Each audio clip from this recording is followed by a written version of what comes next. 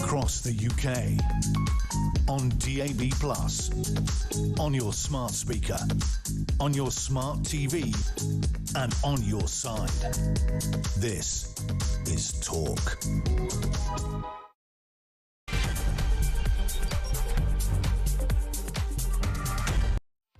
Well, a very good afternoon. This is Talk Drive. I'm Peter Cardwell. An awful lot to talk about this Friday afternoon as we go into the bank holiday weekend. The landmark Migrant ruling on the Bell Hotel in Epping in Essex is to be appealed by the government in a bid to stop them being kicked out of that hotel. The date for those asylum seekers to leave is, of course, in a few days' time. Will that actually happen? We'll be talking to various people about that and getting your views as well. A wave of protests is planned at migrant hotels this weekend. Places like Cardiff, Chichester, Bournemouth, Portsmouth, Essex, Orpington, Cheshunt, Altrincham, and in towns and cities including Hawley, Cannock, Nottingham, Bristol, Newcastle, Tamworth, Wakefield, Liverpool, Oldham, Exeter, Oxford, Perth, Aberdeen are planned, with more in Manchester and Dudley. Are you going?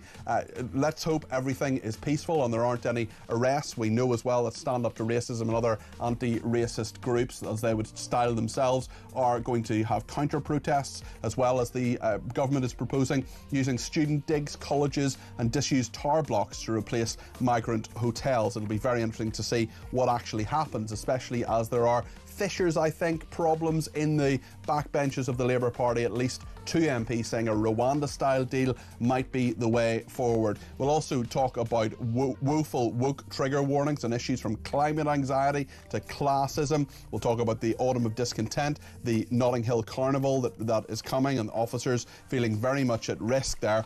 Famine confirmed in Gaza City, according to the UN. We'll talk about that. We'll also talk about Trump suggesting Ukraine should attack Russia to win the war. Another bizarre intervention from the President of the United States. There are also significant bank holiday travel delays expected. We'll be checking in with our very own Kevin O'Sullivan, who's attempting to make it to the West Country. Lots to discuss. I want to get your views on the air. 0344 499 1000 is the number to call. You can text me 87222 with the word talk in your text. You can tweet me at talkTV, follow me at Peter Cardwell, send me a WhatsApp text message, send me a WhatsApp voice message, less than a minute please, or give me a ring on the main number 0344 499 1000. Plenty to discuss between now and 7. Stay with us here on Talk. Well, the Security Minister for Labour, Dan Jarvis, has been talking about asylum hotels. This is what he said earlier today. Well, we've made a very clear commitment that we're going to close all of the asylum hotels. That was a manifesto commitment that we stood on, and we will honour. We're clearing up the legacy that we inherited from the previous government, but the closures of these hotels need to be done in an ordered and managed way. So that is Dan Jarvis there, the Security Minister, saying there has to be an ordered way to solve this problem. Well, this landmark ruling on the Bell Hotel could well be appealed by his government. It'll be very interesting to see what happens there. Karen McIver is the Branch Secretary of Epping Forest Reform UK. We'll also speak in a second to Henry Bolton, the International Border Control expert. But Karen, let me ask you first what you make of the government's plan here, their moves in all of this, what you think of what Dan Jarvis just said there. Well, first of all, thank you very much for having me on, Peter. It's quite sad that they're absolutely in denial about this hotel. This particular hotel in Epping is next to a secondary school. The whole reason that we're protesting so strongly and so peacefully is the proximity to the school. The children are going to school beginning of September. They're going to be walking past this hotel, and it's inappropriate.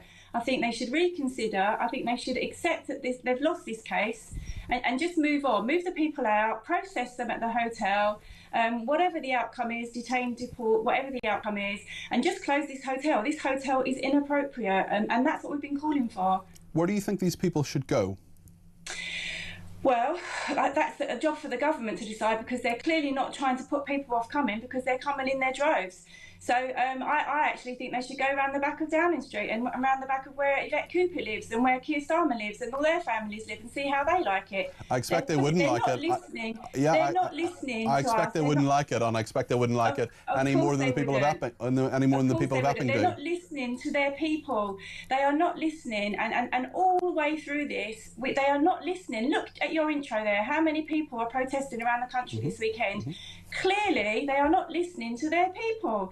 And to just be so flippant to say, oh, we're just going to put them in communities, in HMOs, and everybody just get on with it. No, we're not going to get on with it. We are the British people, okay? We do everything fairly and honestly, and we look after everybody, but we're not going to put our families in a difficult position. And this is what it's going to do when they drop everybody in the communities. It's just ridiculous. They've got themselves in such a mess and they've got no plan to get out of it. Will there be further protests over the weekend in Essex, do you think? Perhaps even in Epping? Are you planning anything? I'm not actually an organiser, so I'm not aware of the protests this weekend in Epping. But what I would strongly do is urge the government not to appeal this decision. This hotel needs to close. It's closed before because it's inappropriate, and it needs to close again. Nonetheless, these people are in the country. I don't think they should be here, or they should at least be processed really quickly. The problem clearly is processing, and processing is a very big issue. But I suppose the question is, where do 32,000 people go? You say that's a problem for the government, but they're here at the moment. They've got to go somewhere. What a mess. I mean, clearly, we've been let down by the Conservatives and now we're being let down by Labour. It is such a mess.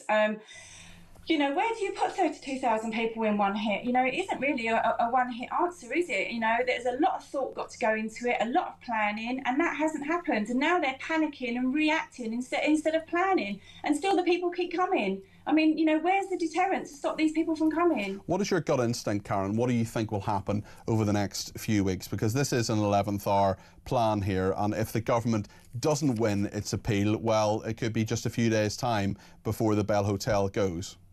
Well, I think the Bell Hotel will go, and I think it should go. It's next to a secondary school. I think it's a no-brainer. The government are just going to have to accept defeat in that area. And sadly, these people will be moved to other hotels around the country, I imagine, or other sites. But, you know, a big plan needs to happen. You know, we need a big plan here. Just moving them on coaches to one place to another doesn't resolve the problem. There needs to be a huge plan. These people are here, and you know, just by moving them up the road or across the country, that isn't a plan. Karen, I just want to ask you before you go, what you make of the Home Office arguing that granting the application risks acting as an impetus for further violent protests. What do you make of that view of the Home Office and the government? Well, I think they'll find that the protests are peaceful and they won't be violent. Certainly from our point of view, we are parents that are worried, and from our point of view, they won't be violent. The only violence that ever happened at Epping was when the far left turned up, and unfortunately, it wasn't managed properly by the police at that time. I'm pleased to say that they didn't turn up in our last few protests, and as always, it was very peaceful. But I just think the government, they need to get a grip. They don't know what they're doing, and it shows. And you know what? It's embarrassing. It's embarrassing at the moment to be a British person seeing how our government are treating their own people. Get a grip. The people in the UK do not want trouble in their communities, and they're concerned about undocumented males being put next to schools and next to where they live. Nobody would want that. Put them in Yvette Cooper's back garden. Put them in a hotel up the road from her. See what happens then. OK, Karen, thank you. That's Karen McIver there, Branch Secretary at Epping Forest Reform UK. Jane says, by appealing this decision, this proves to me this Labour government have no intention of closing hotels. Like your guest said, put them in Downing Street or next to Cabinet Ministers' homes.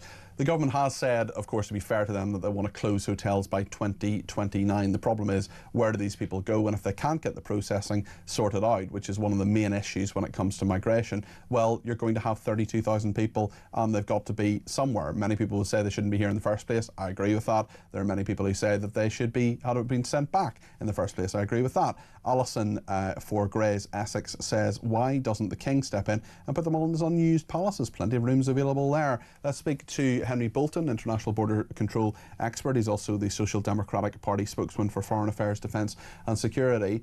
I just want to pick up that point I spoke to Karen McIver about with you, Henry. The Home Office arguing that granting the application risks acting as an impetus for further violent protests. What do you make of that argument, that legal argument that the Home Office put forward in the original case? I don't think it's going to get very far. Firstly, because the good people of Epping have been protesting entirely peacefully, and good on them. And I hope and my message to all people going to protests over the weekend, wherever they may be, is please keep it civilised, keep it calm. There have been some arrests in Epping, a small number, but there nonetheless have been some arrests. There have, but they were, I think, earlier on when there were people from outside, and those are the people that really we don't need protesting. You've got agitators from the left provoking people on the right, and so on. So I just urge everybody to be, you're gaining the upper hand here, morally, legally, and politically. Let's keep it that way without spoiling it. But, and don't be provoked by anybody is the matter. Right. If there's someone coming in there provoking you, take a deep breath. Don't be provoked. Don't be violent in any way. Keep it peaceful. Exercise your democratic rights. That's what Karen says. That's what Henry says. That's what I say. Yeah, indeed. But the idea that the government is still pushing this idea that these protests are violent is disingenuous. It is raising anxiety, and I think it's shaping. It's an attempt to shape the narrative that this is still an issue on the far right.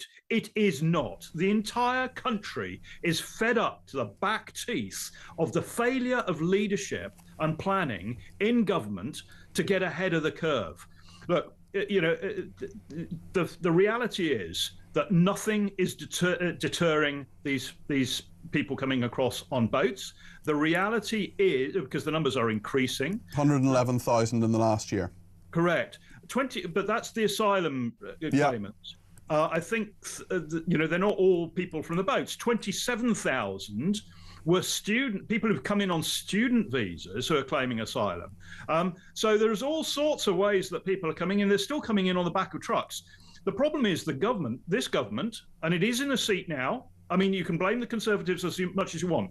The Labour government has been in power for the last 12 months, more, and it has still failed to expedite it, or exercise any urgency or zeal in dealing with this problem.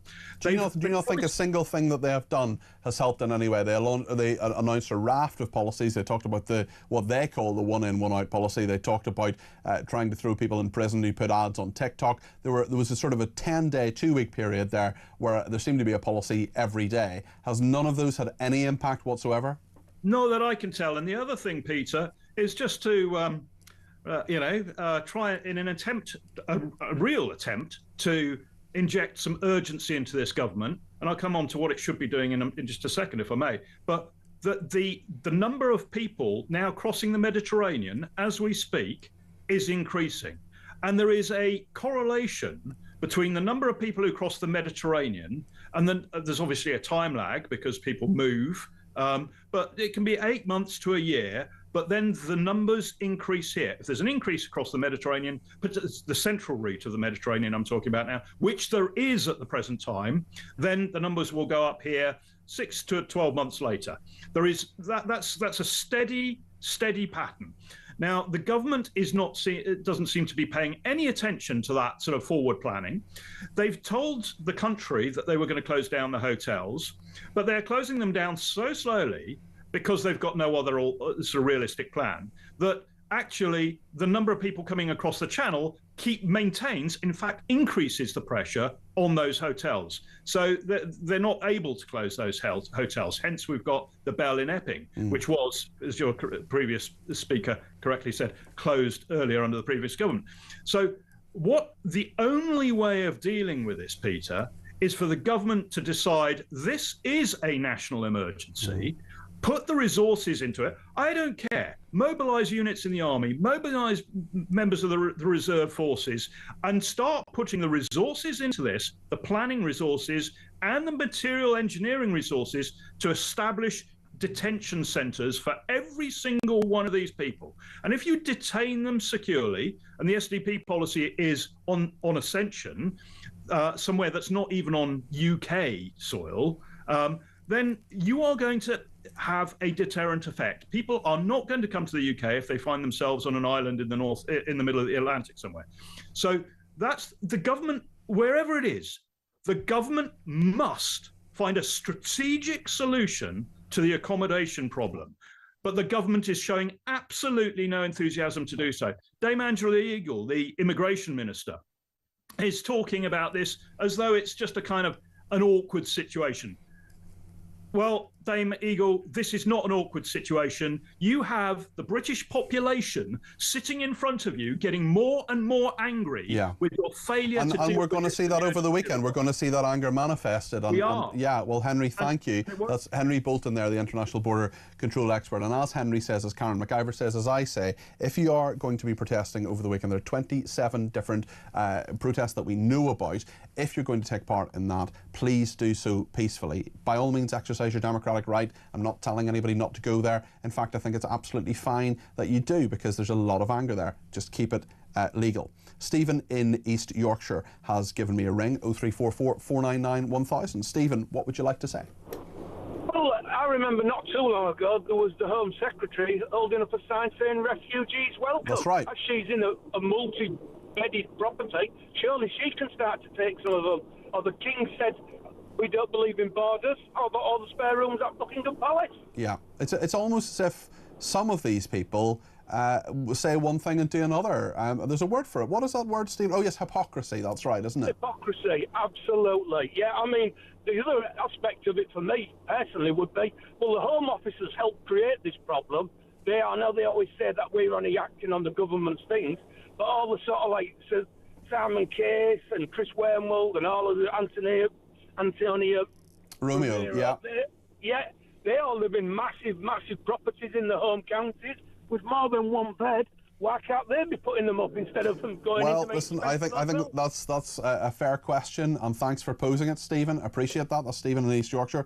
Howard says, if it would not surprise me if the government's appeal was won by changing the status of a property to a house of multiple occupancy. Dave in Birmingham says, Peter, there are loads of stately homes up and down the country. They could use Aston Hall here in Birmingham, could house hundreds of them. Would you be happy for migrants or would-be migrants, asylum seekers, to be in a stately home? Is that fair? And it'd be interesting to hear another message from you. If you send it through, I'll read it out. Paul in Burton-on-Trent says, great show, doing a fantastic public service, calling out this awful government. The problem is, however quickly they are processed. The percentage that will be granted asylum will obviously not lead to many being deported, so they will be given accommodation legally. And Sarah in Morden says, this is the test of the government, to see if they really do want to end illegal immigration. They have the perfect opportunity to make fundamental changes to the way illegal migrants are treated, like putting them in emergency camps, which we know will stop them coming. They've been forced into it. I can't see how they can do anything else now. The country ready to explode, and I think that if they do anything other than move them all into camps, says Sarah in Morden. And just one final one before the break from Margaret in Birmingham. He says, Karen is so right. Starmer is not listening because he just does not care about this country. He should recall Parliament now, but he chooses to ignore the crisis, says Margaret. We need a strong leader, and it is not Starmer. Well, what do you think? Do you agree with Margaret? 0344 499 1000. We'll chat in just a second to Colin Robertson, head of features at The Sun, about all these issues, about Britain facing an autumn of discontent, more strikes on the way as well, and about woefully woke trigger warnings on issues from climate anxiety to classism and how they are ruining comedy. We'll talk to Colin in just a second. Stay with us here on Talk.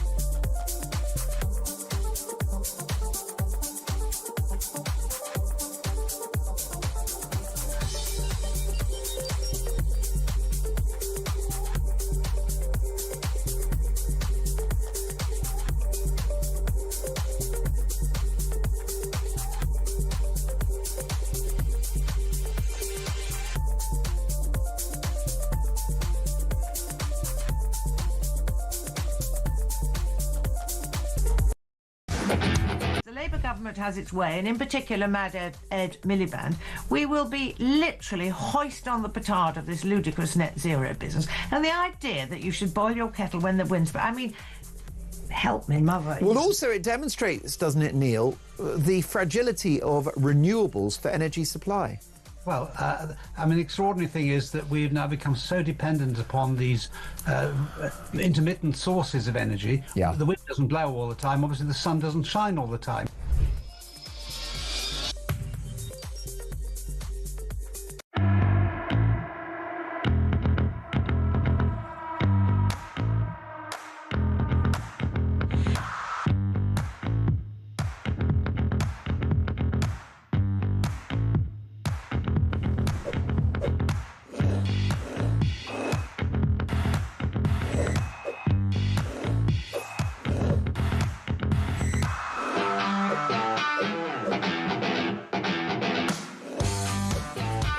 Across the UK, on DAB+, on your smart speaker, on your smart TV, and on your side. This is Talk. Well, let's continue talking about these issues with Colin Robertson, who's head of features at The Sun. Colin, great to have you in the studio. How are you doing? Good afternoon. I'm great. I'm good to be here. I want to talk about your column in the paper today in just a second. But first of all, this landmark migrant ruling, there's an awful lot in this, really, to be appealed by the government, apparently, or they want to at least have the mechanism to appeal it. Do you think they'll get very far? One thing I found really, really interesting was the fact that the Home Office's legal argument said that granting this application risks acting as an impetus for further violent protests. I mean, the vast majority of the protests have been perfectly legal, safe, within the law, and certainly in Epping there have been a few arrests, but most of the time they've been perfectly straightforward and legal. Well, we're kind of in clutching at straws territory here, aren't we? We're sort of using emotive arguments to kind of push the agenda and to get what we want. You can understand why the government are doing this, because they're panicking. They didn't want this to happen because hotels are so easy for them. You know, you can say, I've got hundreds of migrants, Brian, can I put them in your hotel? Yep, done. Yeah. So it's very and the simple. Hotels will very happily say, you know, guaranteed Would room. you like full rates. occupancy, Yeah, Mr. exactly. Mr. I run a hotel. Look around you, all these hotels, they're not full occupancy. You know, the Ritz is probably not full occupancy tonight. You know, this is the way hotels are run. They 60, 70% they'll still make money. Yeah. So if you can fill the whole thing and with guaranteed income, of course you're going to do it. And for the government, it's a very simple solution.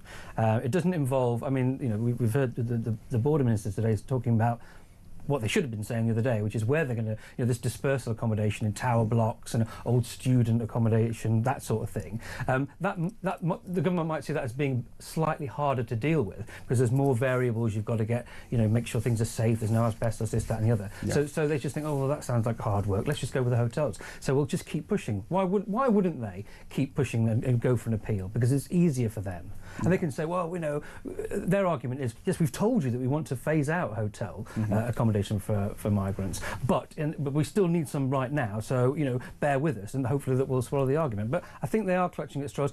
We can't say for sure that they're, of course we don't know if this appeal will be granted. It may well be. The law has not actually worked in the favour of those who are against migrants being placed in places so far, has it? So who knows? And no, it hasn't. The government's heading back. Interesting as well, of course, all these protests over the weekend, 27 different locations we're told about as well, presumably full coverage in the Sun over the weekend and into Monday. Absolutely. You know, these are good, you know, we talked about this just before we were coming on air, that actually, you know, these aren't far-right protests. Of course, you know, you occasionally get some of those people there, but the story of these protests is one of a more kind of dignified people power. It's local people saying, look, this is where we live, these are our communities, and this change is being forced upon us, which we haven't asked for, and in some cases as creating, you know, horrific events and things that have happened. So it's about people power.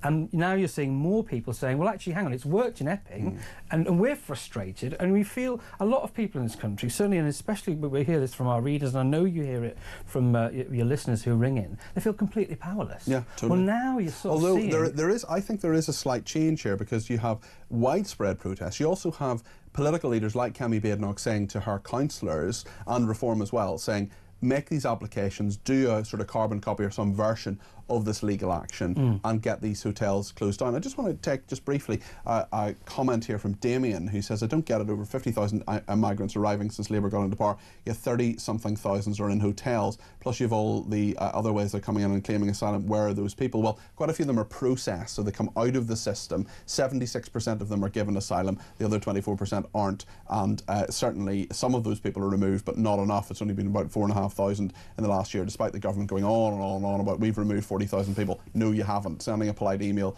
to someone who's over from Australia saying you've overstayed your visa by 3 months, please go, and they say, oh, I'm terribly sorry, and get on a plane and go, is not a forcible removal. Let's talk as well, Colin, about Britain facing an autumn of discontent. We have these protests in regard to migration as well, but crucial services are involved. The RMT union announcing yesterday commuters could endure a week of industrial action on the London Underground. GPs, junior doctors, nurses may strike during the winter, which is of course the health services busiest time. And strikes, bin collectors in Birmingham poised to continue their 5-month walkout until Christmas. This is just not good. It's not good, but it's also not surprising, is it? You know, you've got a Labour government that came in and tried to buy everybody off with a £10 billion package of measures, and they sat there and thought, well, that will do it. And they sort of felt that they got some assurances from the unions. But you know unions, Peter, you've studied unions for years. Everybody in this country knows what the unions are like. They're never satisfied. So they'll take that, bed that in, and then they'll come back for more. And they'll keep coming back for more. And it's just a constant gimme, gimme, gimme, gimme, gimme. And that's what we're seeing. But what we're now getting to the point of is, you know, this country has run out of money. And it's getting to the point where we're going to be ending up going cap in hand to the IMF again, and we're going to need another bailout, and then the pressure's going to be on. And the government's going to have to sort of say, well, hang on a minute, we're approaching another bailout from the IMF. And then, you know, my dad used to work for the IMF, and the way that the IMF works sometimes is they do these sort of structural adjustment programs where they'll say, you have to do all these things in order to you know, have the money that you're asking for. And that might be say, well, you're going to have to cut your public sector wage bill. And then they're going to have to turn around to you and say, game over. Yeah, exactly. So you keep pushing. This is the only way we can survive. One day we're going to be completely fleeced. We're going to go cap in hand to the IMF. And we're going to turn around to you and say, you've done this. Keep stretching it. We've now got to take the money off. Keep stretching it and it will snap. Your column in the Sun today, page 17, available online as well, of course, at thesun.co.uk as well. Do snowflakes really need a warning that a porn show has sex? This is a really interesting piece about trigger warnings. You have some thoughts on this, and also how you're going to fight back. Tell us about this. Well, look, I mean, how I'm going to fight back is, I mean, I'm writing about it and we're getting angry about it and all the rest of it, but what is the fight back? I mean, I think we're at a point now where I looked through every single show that was on at Edinburgh and the Edinburgh Fringe, and you've been there, you know. That's quite a lot. Well, I'm padding through and trying to find thousands. Hardly any had no trigger warning. Right. And the trigger warnings, one was absurd. It just said, could contain loud noises. Loud noises, oh dear. What is a loud noise? Is it a bomb going off, or is it just someone raising their voice, you know? I think it's got to the point now where we seem to think that everybody is so worried and so anxious about everything that we need to warn them in advance because they're going to have some kind of meltdown or we're going to damage their mental health. And I just think that for the vast majority of people who are going to things, that cannot possibly be true. If you're seeking out these shows at the Edinburgh Festival, if you're seeking out a show that's called about being an inspirational porn star, influential porn star, whatever it is, you're not, and it says may contain sex. Is that a surprise to you? I mean, the ones I can understand and are useful for people who have epilepsy and things like that, there are strobing lights, don't come here. If you have asthma, there are, you know, smoke goes off with it, stuff like that. I can understand that makes sense. But when you see, you know, a production of King Lear and it says may contain death, you know, you're sort of going, well, yeah. Well, it's a bit like you have a trigger warning for the show, may contain strong opinions. Yes, exactly. You know, and some of them do sort of say that. They'll contain sort of controversial views and, you know, and swearing. I mean, for goodness sake. Dreadful. I mean, I've yet to find, as I say in the piece today, like right when we were growing up, we were watching 18-rated films and we warned it may contain sex, it may contain violence. Did anyone ever say, whoa, I don't fancy that? Yeah. That's life. Yeah. All life is violence. You know, you can't pick up the newspaper without something going on. I'm going to tell you a secret, Colin. I generally don't watch 18s because I'm like, I just don't like lots of violence and stuff. Like, I won't really watch sort of gangster films and stuff that are over 18, just because I'm basically a coward and don't want to watch them. But I mean, that's fine. The 18 thing is fine. Warning, you know. it's not even trigger warning. It's just an age range. It says this is considered for people over 18. Fine. You don't need 300 other things. It's almost like you're going to find something that you're worried about, and actually, when you get to it, could this possibly offend people in any way, or have it's like a some list sort of of ingredients on something. It contains all these ingredients, but actually, when you look at something, it's just that how much is it in there? It says trace, so it hardly exists. No. So you could blink and you might miss that thing that might allegedly would put you off. Colin, thank you. Colin is, of course, the head of features at The Sun. He's got his column today on page 17 of the paper and online at thesun.co.uk. Plenty more coming over the weekend in terms of the coverage, all of those protests as well. Doug says, Peter, 200 hotels, 4 years, 50 hotels that close a year, 1 a week. Epping is the first, says Doug. And Peter says, RAF Upper Hayford is a large fenced, secure site to take temporary visitors. The only problem is it's full of thousands of cars from the scrappage scheme that are just parked there, rotting out of public view. Another unfinished government project blighting our countryside. There are too many of those, certainly. Well, we're going to talk in just a second about the Notting Hill Carnival. This is a West London carnival, and just every year there are stabbings, there are all sorts of problems for the police, assaults on them as well. Should it be held there? Should it not be held, or should it be held somewhere else? We'll talk to Mike Neville about that, about the officers' fear being attacked, sexually assaulted or trampled in a deadly crowd crush. This happens every year, and it's got worse in the last year as well. Plenty to discuss. Get your views on all of it too. 0344 499 1000. Stay with us.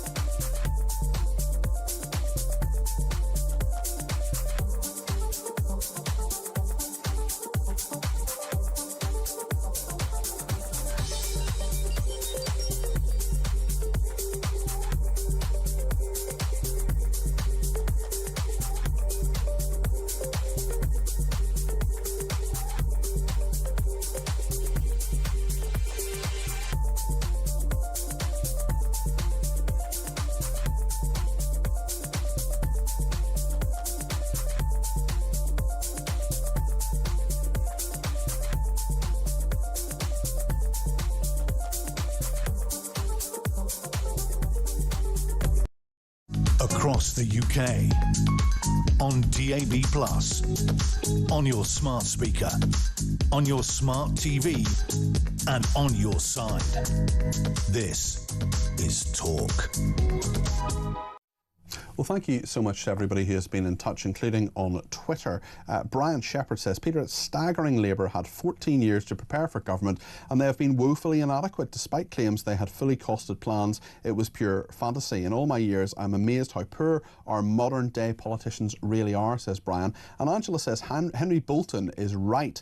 This is a national emergency. He should be advising the Home Office. And as Angela Eagle was mentioned, Angela copied her into this tweet. She needs to know the increased number of illegal migrants en masse in Europe, destination to the UK. The public have had enough. Detention centres will stop the flow.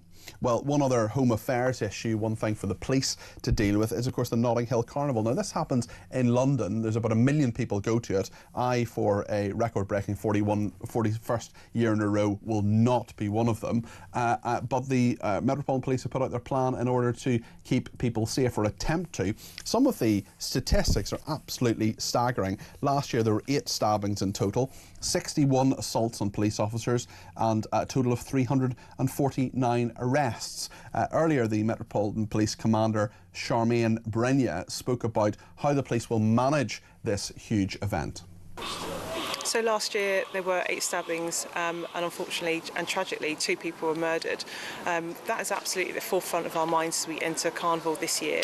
Our focus remains on tackling serious violence and taking lives off streets so that we can deliver a safe and secure Carnival. We have a range of tactics that we're going to be employing during Carnival, which include using CCTV at areas of concern.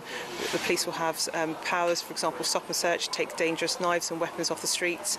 We'll be using live facial recognitions on the approaches to and from Carnival. But the work doesn't just start at Carnival, it started in the weeks preceding that, where we've made over 100 arrests of people potentially coming to Carnival to cause serious violence. 21 of those have been recalled to prison, and we've put bail conditions on over 100 people to stop them from coming to Carnival. Well, I don't know what you heard about Charmaine Brenya talking there in her piece there. Charmaine Brenya, really helpful to know that they have a plan. Mike Neville is a former Metropolitan Police detective. Mike, have they got a plan? Is it going to work? Are they going to stop people being stabbed? Every year, someone gets stabbed. There are 8 stabbings last year. Let's hope there aren't too many this year, or indeed any this year. But do you think this plan that has been announced by Charmaine Brenya will actually work?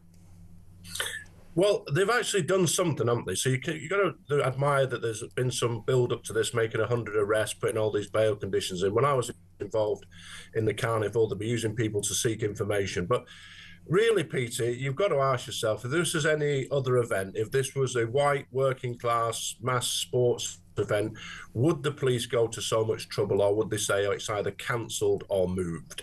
I always say every year, if you want an example of 2-tier policing, go to Notting Hill, because there'll be people smoking drugs openly.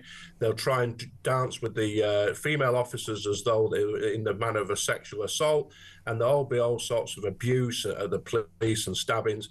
And try and go and do the same at a Millwall match on a Saturday afternoon. You'll be swiftly arrested. And so I just think whatever they do, whatever the police do, the police have continually warned the mayor that there's a mass chance of people being crushed in a Hillsborough-style disaster. But again, this advice is ignored time and time again. Any other event would be moved or cancelled. Where should you move it to? Where would be safer for the Notting Hill Carnival to take place, do you think, Mike? Well, they could. You take the costumes. They could march down to Hyde Park. Hyde Park could be, it could be fenced off. You could charge an admission fee, because don't forget, this cost the taxpayers about £12 million. There's 7,000 officers on duty on a bank holiday. You could put it into Hyde Park. You could have proper toilet facilities and check who's serving food to make sure they're complying, keep drug dealers and evil people out, and that would be a far safer way to do it.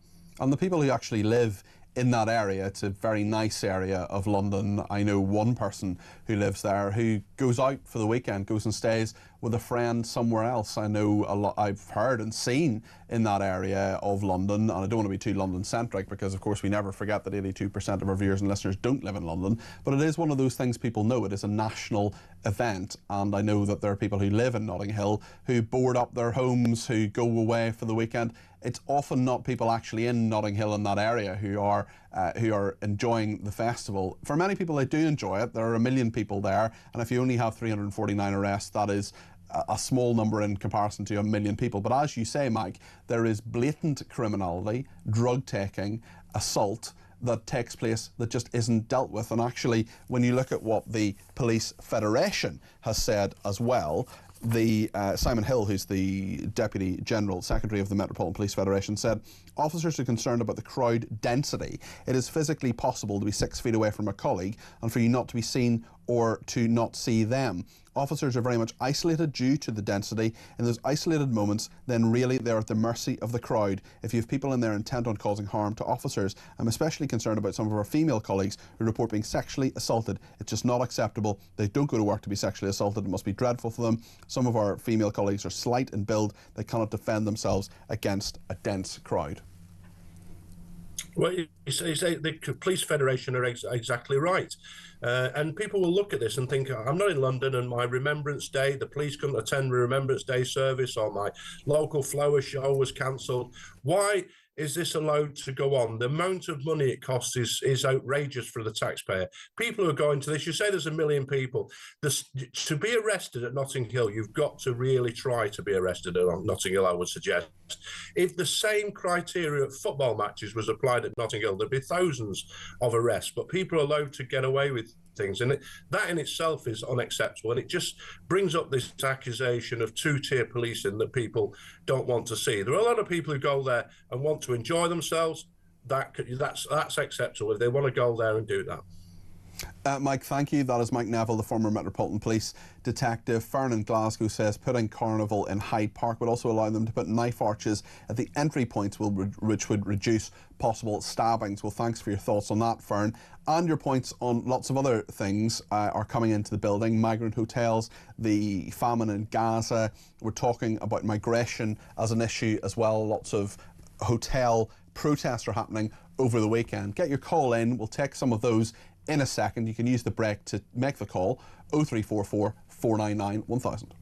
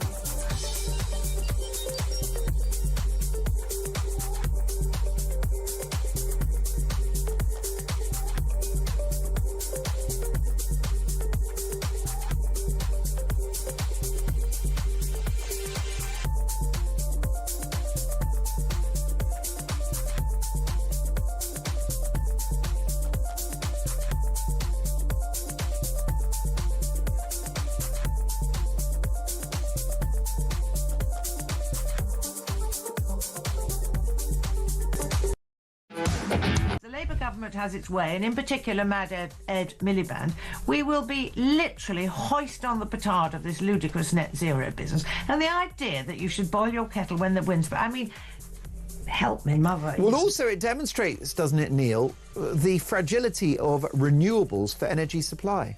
Well, I mean, the extraordinary thing is that we've now become so dependent upon these intermittent sources of energy. Yeah. The wind doesn't blow all the time. Obviously, the sun doesn't shine all the time.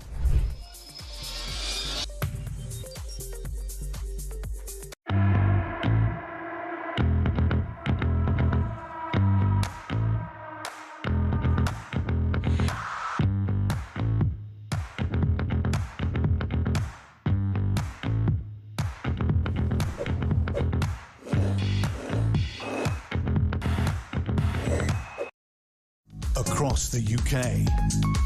On DAB+, on your smart speaker, on your smart TV, and on your side. This is Talk. Dave has been in touch from Birmingham. He's given me a ring on 0344 499 1000. You can do the same thing. Dave, you're very welcome to the programme. What would you like to say? Oh, thank you. It's just regarding the Notting Hill and all the issues that have happened with Notting Hill and deaths and lots of, obviously, crime. I'm from Bromsgrove in the West Midlands. Christmas light switch on has been cancelled. It's been announced this week due to health and safety. Oh, for goodness sake, that's ludicrous. We've had no illnesses, no deaths, no problems at all. But we've got a Christmas light that's cancelled because there's just too many people wanting to attend it. I'm sure Bromsgrove Council would deny this, but they probably just said, do you know what, that's quite an expensive thing for us to do, get extra police and get extra marshals. Quite a few people maybe will just say no this time. Yeah, they say the annual event has become a health and safety concern after becoming too popular and overcrowded. I mean, there are loads of firms, there are loads of different organisations that are health and safety to the max, that could do the crowd control, make sure people are properly spaced and so on. And that's a nice thing, Dave. Have you gone with your family before? Correct. No, my wife has a craft stall there every year, and it's a lovely event. It's real traditional Christmas. There's never any, you hardly ever see a policeman there. It's just a great night out. That's a real shame. And your wife as well. I mean, presumably she made a bit of cash from it as well. Entrepreneur. Yeah, for her business. Yeah. Well, that's just a real shame, Dave. And it does make me wonder about the Notting Hill aspect, because if it was anywhere else and if it wasn't the Notting Hill Carnival, would it actually go ahead? Because it's dangerous. We know it's dangerous. We've seen, there aren't 8 stabbings at the Bromsgrove Christmas lights turn on. I'm sure maybe someone fell and had a grazed knee at some point, but it's just not. It's just it doesn't make sense, really, does it? No, not at all. Not at all. Yeah, Dave, thanks for your call. Appreciate that. Mark's in Lincolnshire and wants to talk about what we're talking about a bit later on. This is a UN-backed report says that famine has been confirmed in Gaza City. This is the Integrated Food Security Phase Classification, which is called IPC, which is used by governments and international bodies to identify hunger levels around the world, has raised its classification to Phase 5, the highest and most severe. It says that over 500,000 people in the Gaza Strip are facing catastrophic conditions characterised by starvation, destitution and death. Israel has said the report has been based on Hamas lies, but that's in direct contradiction to what more than 100 humanitarian groups, witnesses on the ground and multiple UN bodies have said. Mark, what do you make of this? You're very welcome to the programme, and happy birthday for yesterday. Yeah, cheers, Peter. Yeah, it was quite a day, really. Yeah, just a few beers, Sounds good. Yeah, it was all right. Yeah, I mean, this UN thing, Peter, it's just a joke. It just smacks of... I mean, they've been doing this whole conflict, war, whatever you want to call this thing, in Gaza. They've done it the whole time, haven't they, really? They've got a lot of aid agencies, Mark, that disagree with you. Well, they just want to keep painting a narrative, nasty, evil Israel. I mean, because the thing is, this thing about the starvation, what they're not telling you, and certainly what isn't reported in the press, is the fact that they literally, for the purposes of Gaza, changed the IPC, this is in reference to, changed their criteria for what they class as malnutrition, specifically for Gaza, from 30% of the population to 15% of the population, which just so happens to put Gaza into a starvation situation. That kind of thing just smacks of, we hate the Jews and we will do anything to make Israel look bad. And it really bloody winds me up. I have no idea why the hell we're still members of the UN. They're an absolute joke. I mean... And certainly UNRWA, we know that the UNRWA agency, the UN agency in Gaza, we know that there are actual people who worked for UNRWA who were terrorists who took part in the 7th of October. They have admitted that. They have sacked people as a result of that. There are many more allegations surrounding UNRWA as well. Well, absolutely. And you can go to the, you can even correlate all this round to things like Chagos as well. There are people that are making decisions within the UN that are enemies of our state, literal enemies of our state that are making these decisions. And we seem to have a Western political class now that is so captured and so sympathetic to literal Islamists. I mean, that's what Hamas are. They're always taking Hamas. Mark, I agree with the vast majority of what you're saying. There is a humanitarian crisis in Gaza. Like, we can't deny that. Yeah, there absolutely is, Peter. However, again, it's the same thing, isn't it? We've all, or at least I would hope people have seen the videos. I mean, again, the likes of the BBC, the UN, they won't publish this stuff. I mean, it's the UN responsible for it anyway. But you've seen the drone footage from inside of Gaza, where you've got pallet after pallet after pallet of eggs that has sat there for months and months. It's now rotted, it's rotted. And also away. many people in some of the media are talking about saying that a person has died from starvation when actually they've died from leukemia or they've died from another thing. We need accuracy in all of this, and we're not getting it. Mark, thank you for that. I appreciate that. That's Mark in Lincolnshire. Mark is a very loyal viewer and listener to Talk. Just one other very loyal viewer and listener is Carol from Liverpool, who contacted me to say that she had a bit of a fall yesterday. A Good Samaritan helped her up and helped get her home along with her sister Lynn. Carol, I was very, very sorry to hear about that, and know you're a loyal viewer and listener to Talk, and I hope you make a full recovery very, very soon, and thank you for telling me about what's going on. I hope you're back to 100% very soon indeed. Let's speak to someone else in Liverpool. That's Carl, who has given me a ring about migrant hotels. Carl, you're very welcome to the programme. What would you like to say? Hi, good afternoon, Peter. Hi there, how are you doing?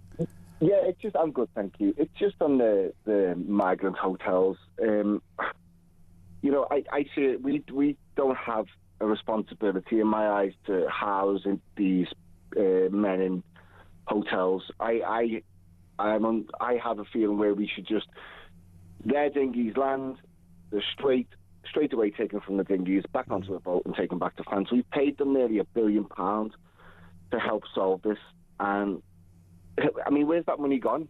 Yeah, I think that's a really good point. I think the French need to step up far more than they have been doing. Yeah, exactly. But again, all this cost falls on the taxpayer, and it's going to keep falling on us. No matter how long this carries on, if the political will, because anyone can stand up and just say, enough's enough, we can do this, I can do this, we just be strong, we lead from the front, and we get it done. It baffles me. It angers me more than anything, because we've got our own people homeless, our own people struggling to survive. You can absolutely understand, Carl, can't you, why people are going on these protests? Maybe you've been one of them, I don't know. I have been on the one in Liverpool, yeah, I have. The thing is as well, Peter, about the protests, as good as they are, it's just going to get bigger and bigger until we're heard. And that's the only way we can do this. And, people have said about civil war. Yeah, we could be on the brink of that. This is just getting out of hand. And for him not to come out and talk about it, but fly around everywhere else and become everyone's hero, this country can't be everyone's sanctuary, and we can't solve everyone's I don't think we're on the brink of civil war. I don't think it's as bad as all of that. But do you think the government's going to listen, especially when they're actually appealing the decision that has been made, or trying to appeal the decision that has been made in regard to the Bell Hotel in Epping, Carl? I think it's absolutely disgusting that they're trying that. If I'm honest, it's a kick in the teeth for those women and those young girls. It's going on all over the country, Peter. The rapes, murders, it's just shocking. It needs to be stopped. If it's not stopped, then temperatures will rise. The country is already, it's just on the brink. I hope things just stay totally as you do as well, Carl, absolutely, over the weekend. But I totally understand the concerns. I hear you, Carl. I know what you're saying is what a lot of people will be, listening to the radio or watching the telly and agreeing with what you're saying. So, Carl, thank you for that. And quite a number of people have been in touch, including John, who says, why doesn't the government arrest all protesters who are objecting to the closure of the hotel which is housing illegal Channel crossing migrants, and force them to take those illegals into their homes as lodgers? It would be much cheaper than using hotels to house them. Peter, the BBC reported a woman in terrorist Gaza died of starvation when she died of cancer. No apology. Hashtag defund the BBC. I think the BBC did correct it, but I think you're right, they didn't apologise.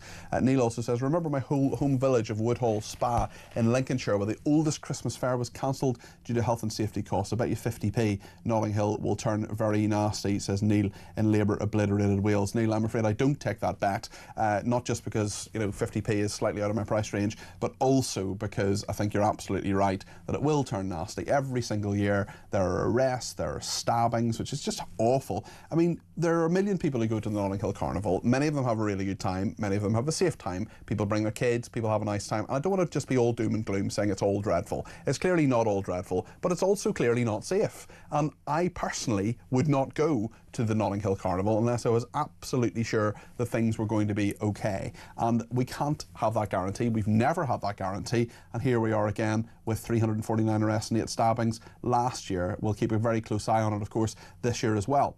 On migrant hotels, Nigel's been in touch from Salford. Nigel, you're very welcome to the programme. What would you like to say? Hi, Peter. Good afternoon. Good afternoon. All it is, Peter, I'm an avid listener of all the programmes, to be honest. Great, thank you. Starting at 6 o'clock with Mike. Yeah. Now, what my idea is, just a little bit of background. For 35 years, I was a senior contracts manager for several large construction companies. Okay. I won't name them. Yeah.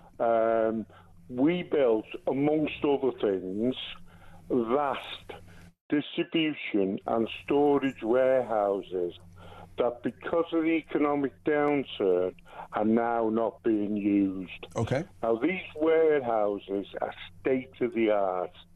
They have 6-metre fences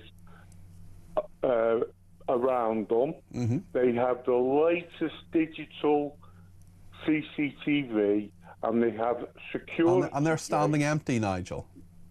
Yes, one gate's in, one gate's out. Same gate, and it's a security gate. The actual warehouses themselves have all facilities inside, ablution facilities. Yeah. And they also have big So these sound like absolutely reasonable and straightforward places where migrants could stay. Absolutely. It will save the taxpayers of this country multi-millions of pounds. These places are there. All you need to do is to put the tubular steel sprung beds in that you can get hold of quite cheap from Army Surplus and things like that. Yeah. A mattress on them. 2 deliveries of food every day, or, around that anyway. Well, it sounds day. to me, Nigel, I mean, you have a lot of expertise in this, and it sounds to me as if you've this worked out, and that should be food for thought for the government. Do you think they're going to do it? Absolutely. No. Why not? What would the argument? Why would they not want to do it? I'd have to get my tinfoil hat out, and people wouldn't listen to me, Peter. I'm a little bit of a conspiracy theorist. Okay. I've got my own thoughts. You've got your own thoughts on it. Well, thank you for sharing your thoughts. We've just got to go to the news, Nigel, but thank you for your thoughts. I really, really appreciate them. That's Nigel in Salford there. And thank you to Chris. He says the government states that we have to provide everything for the illegal immigrants due to the ECHR, yet other government European countries aren't, says Chrissy in Teesside. It's a very good point. We'll continue debating all those points, and make sure you get your call in too to let us know what you think.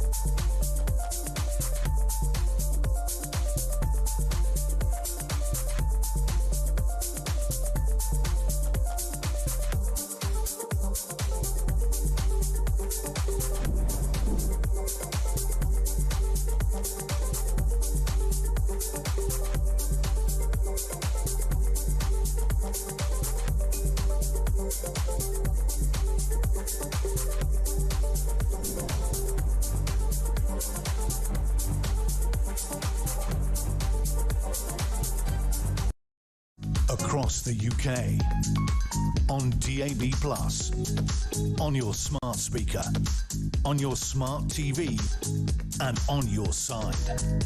This is Talk.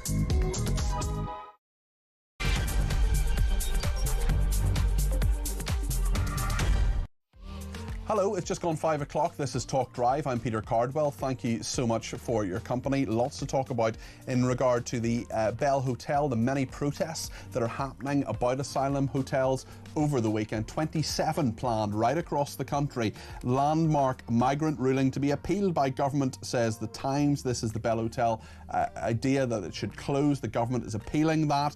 The wave of protests, the student digs, colleges and disused tower blocks to replace migrant hotels. That's what the government wants to do, and now a couple of their MPs actually talk about Rwanda-style plans. Maybe they should have done it in the first place and not cancelled it on day one, maybe they would argue. Also, we're talking about Trump. He has suggested Ukraine could attack Russia to win the war. Is that just pie in the sky?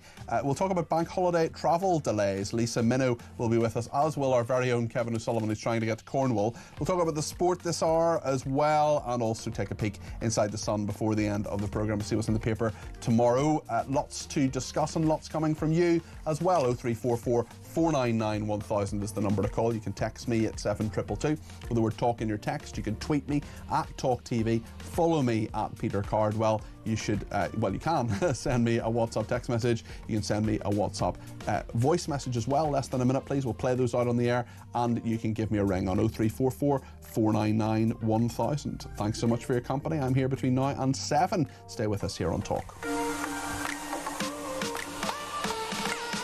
We've been talking about the Notting Hill Carnival as well, and Stephen Stokes says, why don't they make organisers of the Notting Hill Carnival have to make a contribution to police like football clubs have to as well? I think that's perfectly reasonable. Maybe they do that, I don't know, but I don't think they do.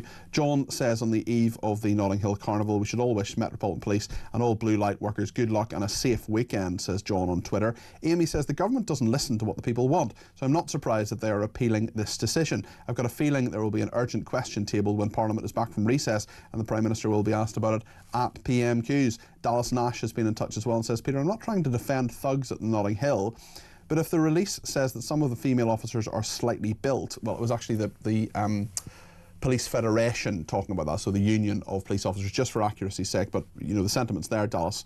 If we're saying that some of the female officers are slightly built, why on earth have they been put on crowd control? Surely they should be safely pen pushing back at the station.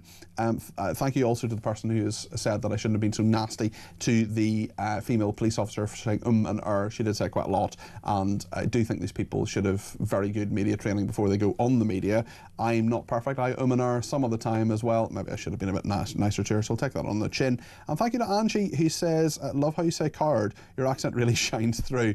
You can tell people who spent time in Northern Ireland of the last few days because your accent is stronger. Long may it rain. Let me tell you, Angie, I very much enjoy having the motoring expert Howard Cox on, but let's just say when I say Howard in my Northern Irish accent, it comes across as hard, and every single time I say his name in my Northern Irish accent, we get messages to the station thinking I've said something a little bit different than his name, so I do try to pronounce it in a slightly different way. Anyway, let's talk about the landmark migrant ruling. This is the idea that the Bell Hotel should be closed, and the local council went to the High Court, and the High Court said, yeah, fair enough, it should have been used as a hotel. There should have been, it was actually a bit of planning law, it should actually not be used as a hotel, it should instead be, it is being used as a hostel for migrants, and that is not, you can't just go and book a hotel room because the hotel is being used for something very different. The Security Minister, Dan Jarvis, has been talking about asylum hotels. This is what he said earlier today.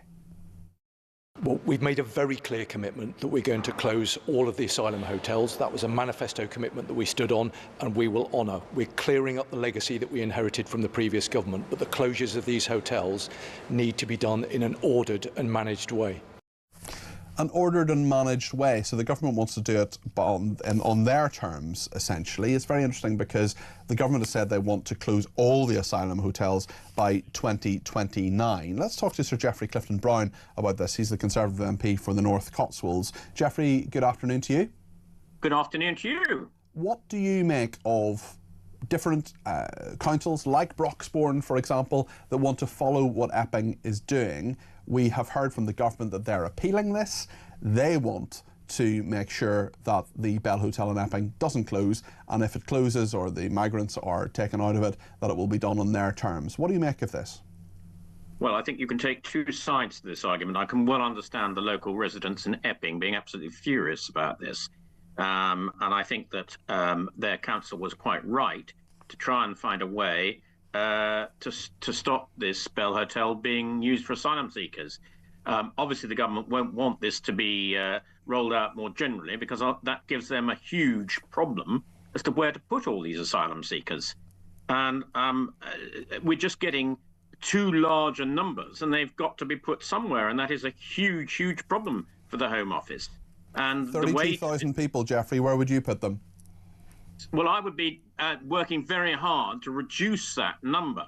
And we have a bill which would allow the government to remove, and the vast majority of these people are not asylum seekers. They're merely immigrants wanting to come here as economic migrants to better their standard of living. I agree with you, but the statistics would say otherwise, Jeffrey. They would say that of the people who come across in the small boats, 76% of them are actually granted asylum.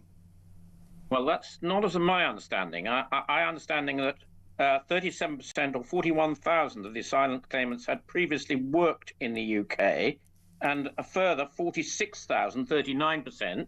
So that's, quite a substantial number, 80-odd thousand, have either worked here, in which case they can't be asylum seekers because they've been part of the visa system, or they were economic migrants. So I'm not sure about those figures. Okay. I think there is a very large number that actually are just economic migrants, and they should be sent home quickly rather than coming here and being allowed to settle. Okay, well, I'd be really interested. I'm sure you're absolutely correct in what you're saying there, Jeffrey. I'd love to, maybe I could send you a message afterwards on the phone. Maybe you could send me through that information. I'd like to read it in more detail. I just wonder as well what you make about the protests that are planned over this weekend. There are 27 different parts of the country where people are going to have protests against hotels like this. Most of those protests have been perfectly peaceful. There were about 15 arrests, I think, last weekend, and certainly people will be hoping that they remain calm. But you can understand the anger, as you said in your very first answer, Jeffrey. You can understand the anger that people have here because they simply do not want these people in their area. Well, I think it's more than that, probably. I think it's the fact that they seem to be jumping every form of queue. They're jumping the housing queue, they're jumping the schools queue, they're jumping the health treatment queue. If you're an ordinary constituent of mine trying to get all these basic public services and you can't because the queue is being bypassed by these people who may or may not legitimately be allowed to be here, then I think they have a right to be pretty angry. And the only way they can protest to this failing government on this point is to get out on the streets and make their views known. So I'm not at all surprised that we're getting large numbers of people on the streets protesting.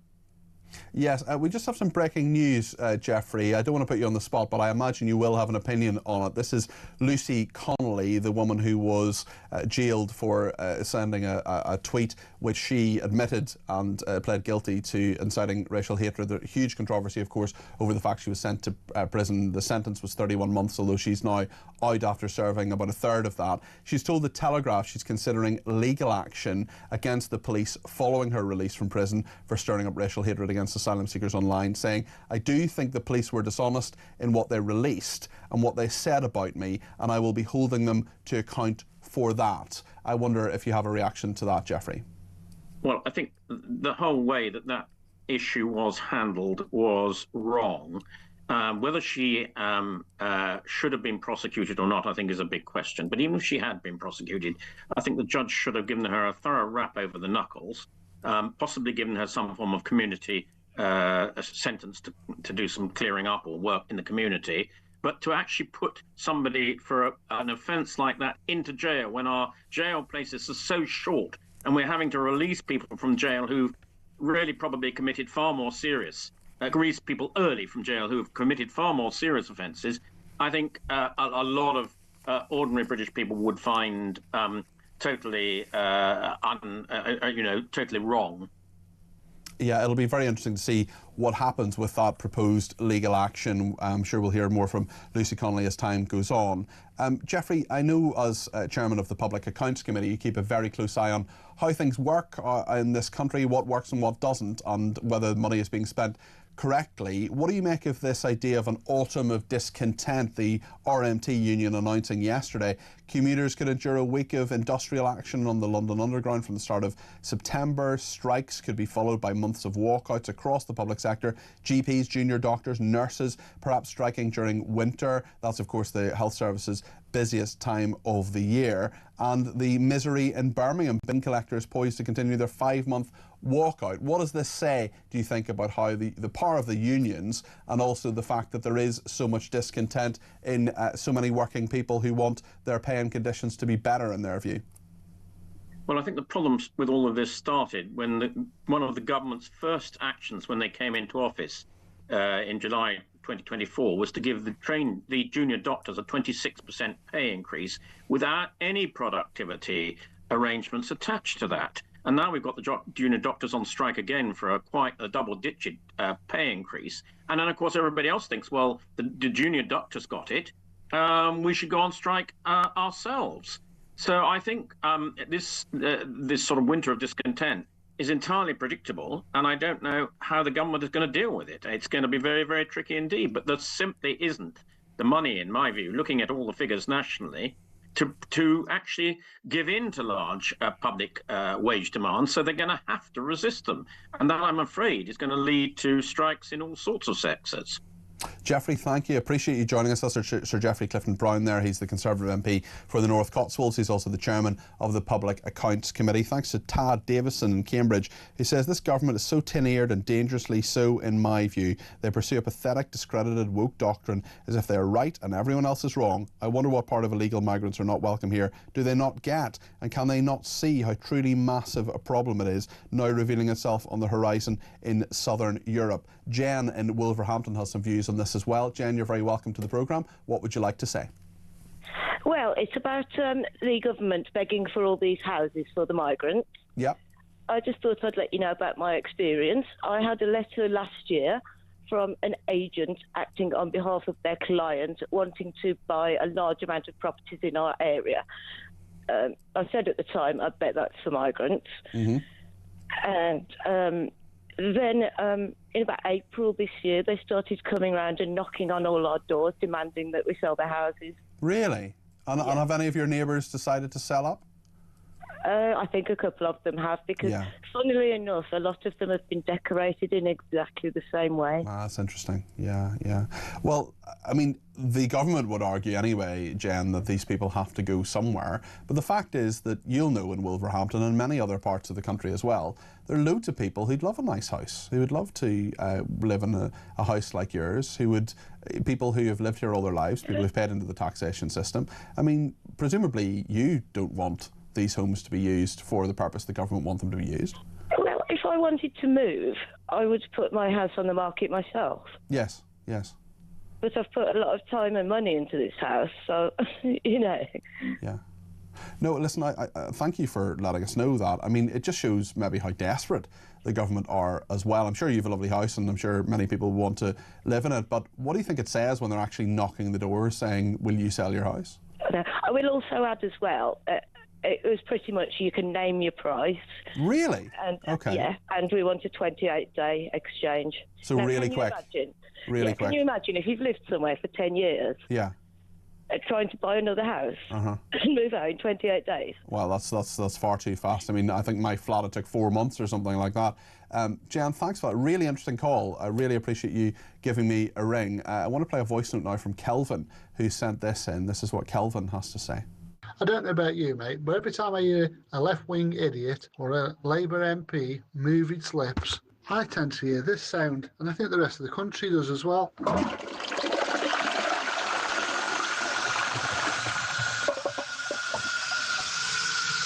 That's the sound we hear. Kelvin, what a brilliant voice note. Very, very amusing, and great use of audio there as well. Just to bring you that breaking news as well, Lucy Connolly, that is the woman who has now been released from prison for sending, she was convicted and pled guilty to incitement of racial hatred. Many people say she was given bad legal advice. It'll be interesting to see what she does with that. But Lucy Connolly has told the Telegraph newspaper she is considering legal action against the police following her release from prison for stirring up racial hatred against asylum seekers online, saying, "I do think the police were dishonest in what they released and what they said about me, and I will be holding them to account for that." Lucy Connolly added, "I should never have said what I said. It was wrong, but I am no far-right activist." Well, we've had reaction already from Stephen in Belfast, who says, "I hope Lucy Connolly screws the government for every penny she shouldn't have spent a day behind bars." That's Stephen Millings in Belfast. Paul in Worcester has been in touch as well and said, "All asylum hotels closed by 2029. Anyone with an ounce of common sense can see that this is just a cop-out, and that if the political will was there, we could begin turning the boats back and start deportations. Never mind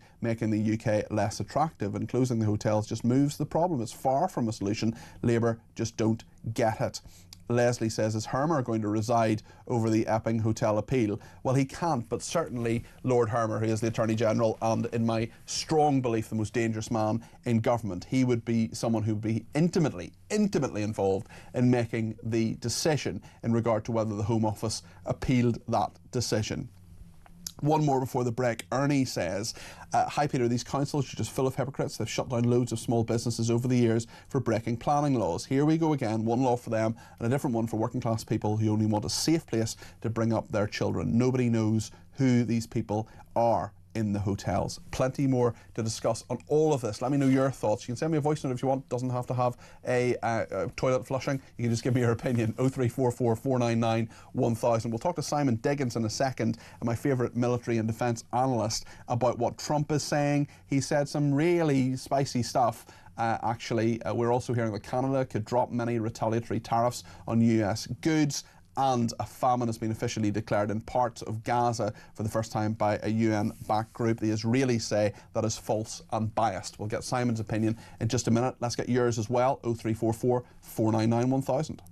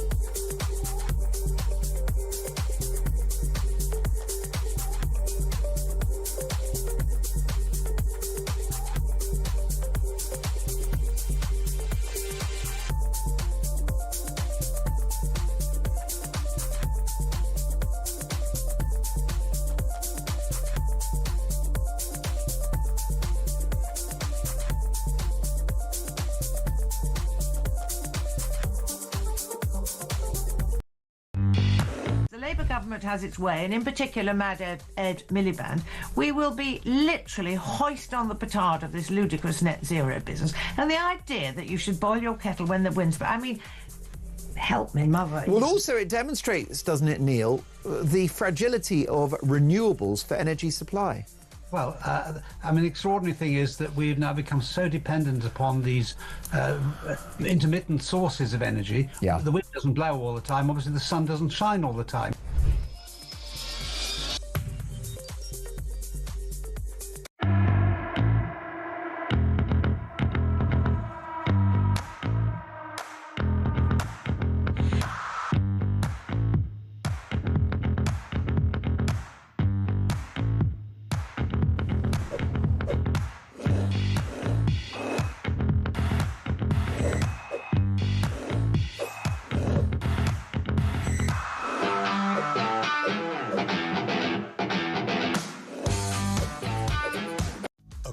the UK.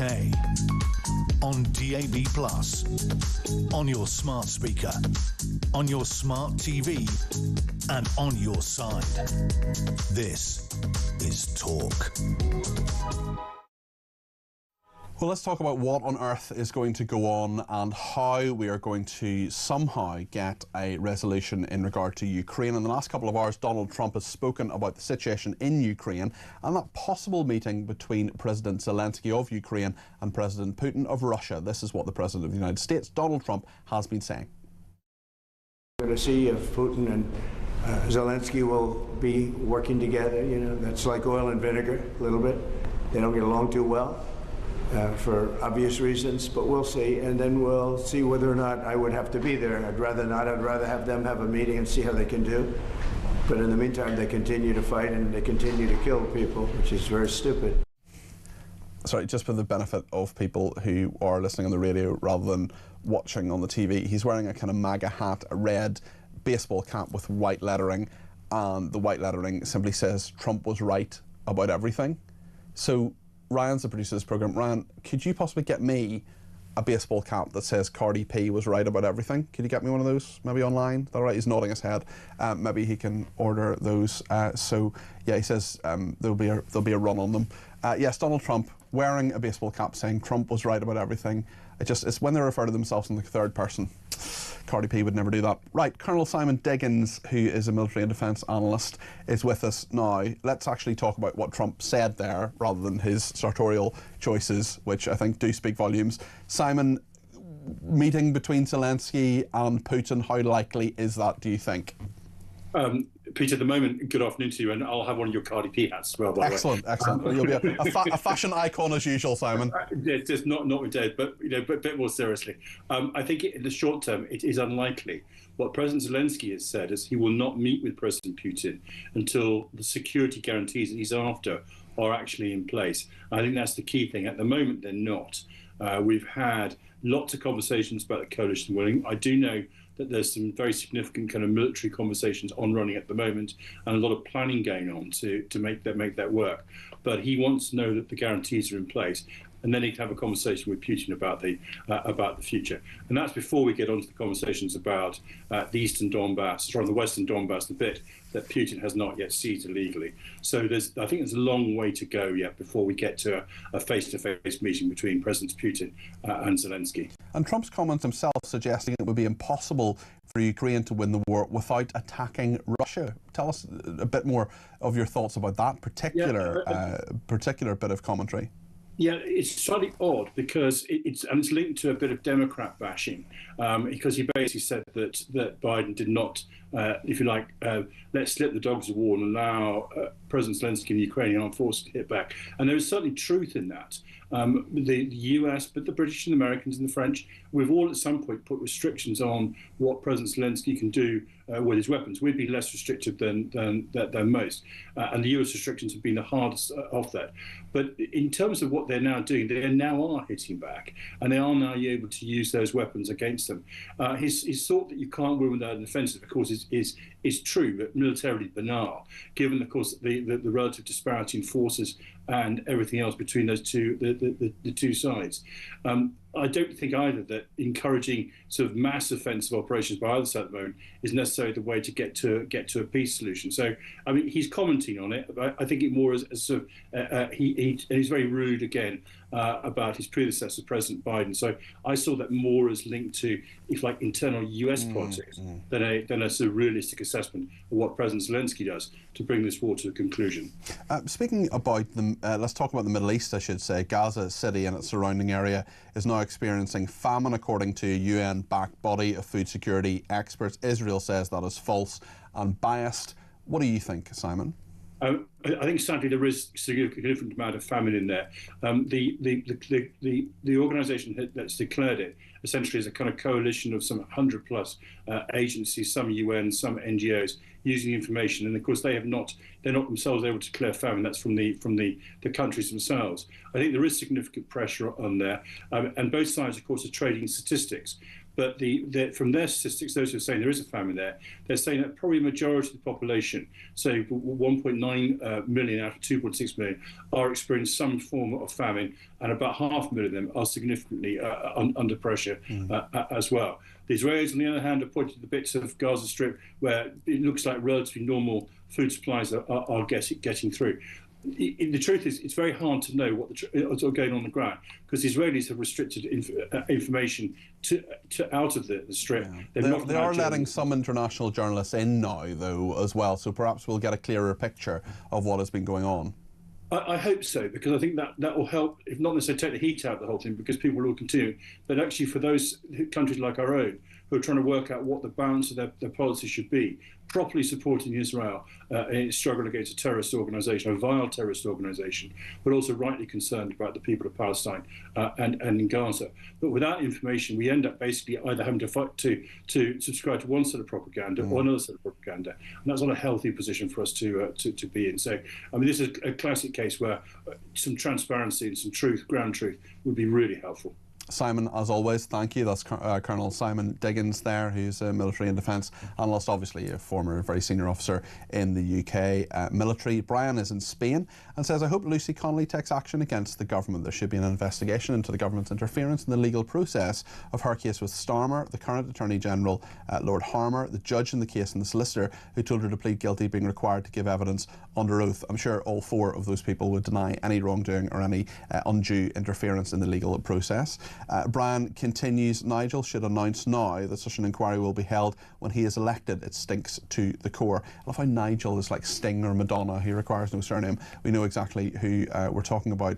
Molly says, I was just wondering if any of your listeners have Googled what is the job of the Home Office. I have, and either Google have got it wrong or the Home Office have forgotten their duty to the British people. Margaret in Birmingham says, I'm looking forward to Kevin's travel checker. I hope he has a nice holiday. Well, yes, Kevin O'Sullivan will be joining us very soon to tell us what is happening with his journey to Cornwall. He spoke, of course, to Ian Collins a little bit earlier on, and we'll see what the traffic is like on the way to the West Country. It is pretty dire, I would imagine. There's significant bank holiday travel delay expected. Lisa Minnow, who is the travel editor of The Sun, joins us next, and then we will speak to Kevin, so stay with us here on Talk.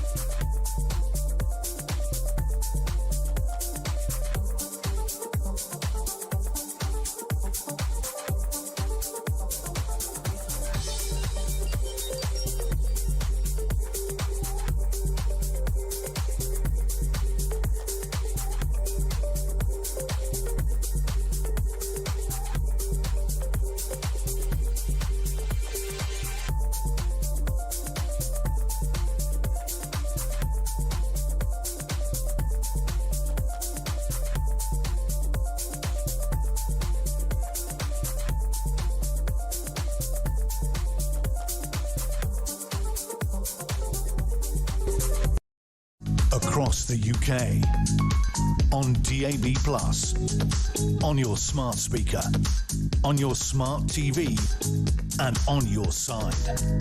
This is Talk. Thanks everybody who's been in touch. I've just been looking at my phone during the break there, and Arthur Braby says, put all illegal migrants into secure internment camps with basic provisions until their identity and asylum status can be assessed. If their asylum status is not approved, they are restricted to a camp indefinitely or free to be securely returned to their own country. There's been quite a lot of reaction in the past 24 hours to the interview I did with Frank McGuinness, the barrister who spoke to me at about 6:20 yesterday. You can still see those clips on Twitter, and the whole thing is on our YouTube channel, of course, which is just, if you just search talkTV and Peter Cardwell, you'll find it on YouTube. You can watch the whole thing, of course. And I mean, I've got probably hundreds, maybe even thousands of messages as a result of that interview over the past 24 hours. Karen Jones has most recently said, why give this vile individual airtime? If anything, he should be treated as an enemy of the state and deported. Karen does not specify whether she's referring to Frank McGuinness or me. So there we are. But there have been quite a few of those. But Karen, thank you. I think we probably do know who you're referring to if we're being realistic. Let's talk about significant bank holiday travel delays that are expected. Commuters, especially in the West Country, are being warned of that disruption over the bank holiday weekend. Speaking of the bank holiday weekend, I'm going to be here on Monday between 10 and 1. So Saturday, Sunday, Monday, tomorrow, Sunday and Monday, I'm going to be here between 10 and 1, identifying as Julie Hartley-Brewer on Monday between 10 and 1. But passengers on cross-country trains being urged to carefully consider travel times. We'll also speak in a minute or two to Kevin O'Sullivan, who's on his way to the West Country for a holiday. In the meantime, Lisa Minow is with us, travel editor at The Sun. Lisa, how dire is it? Afternoon. Well, it's looking pretty grim, particularly the West Country. The M5 near Bristol pretty much at a standstill, and we're expecting delays of up to 40 minutes there over the weekend, particularly today and getting into tomorrow. An extra 6 million trips are going to be taken by car over the weekend. That's on top of the normal traffic, about 17 million trips in total. So the roads are going to be very busy. M25 also looking quite bad, as well as the M6. So it's the normal places you would always expect to see the kind of problems. Is this as bad as it usually is? Worse, better? What is your sort of estimation? I think it's pretty standard. I mean, actually, in terms of what we've seen in previous years, it's not as bad as it was. We did have quite significant delays earlier on today for travellers heading down to the Kent coast for ferries and for Eurotunnel, but that seems to have eased now. It's a lot better than it was as we're getting into the evening, and that seems to be the message across the weekend. If you can, set off much earlier in the morning or later in the evening to beat the worst of the traffic. Certainly, and I mean, we're talking about the traffic there, but what about the trains? Tell us about the trains, buses, planes, all other forms of travel, not just the West Country, but elsewhere. What else is going on out there? So, of course, it's a bank holiday weekend. This is where Network Rail will try to do as many of their big engineering projects as they can. There's 261 of them happening over the weekend across the UK.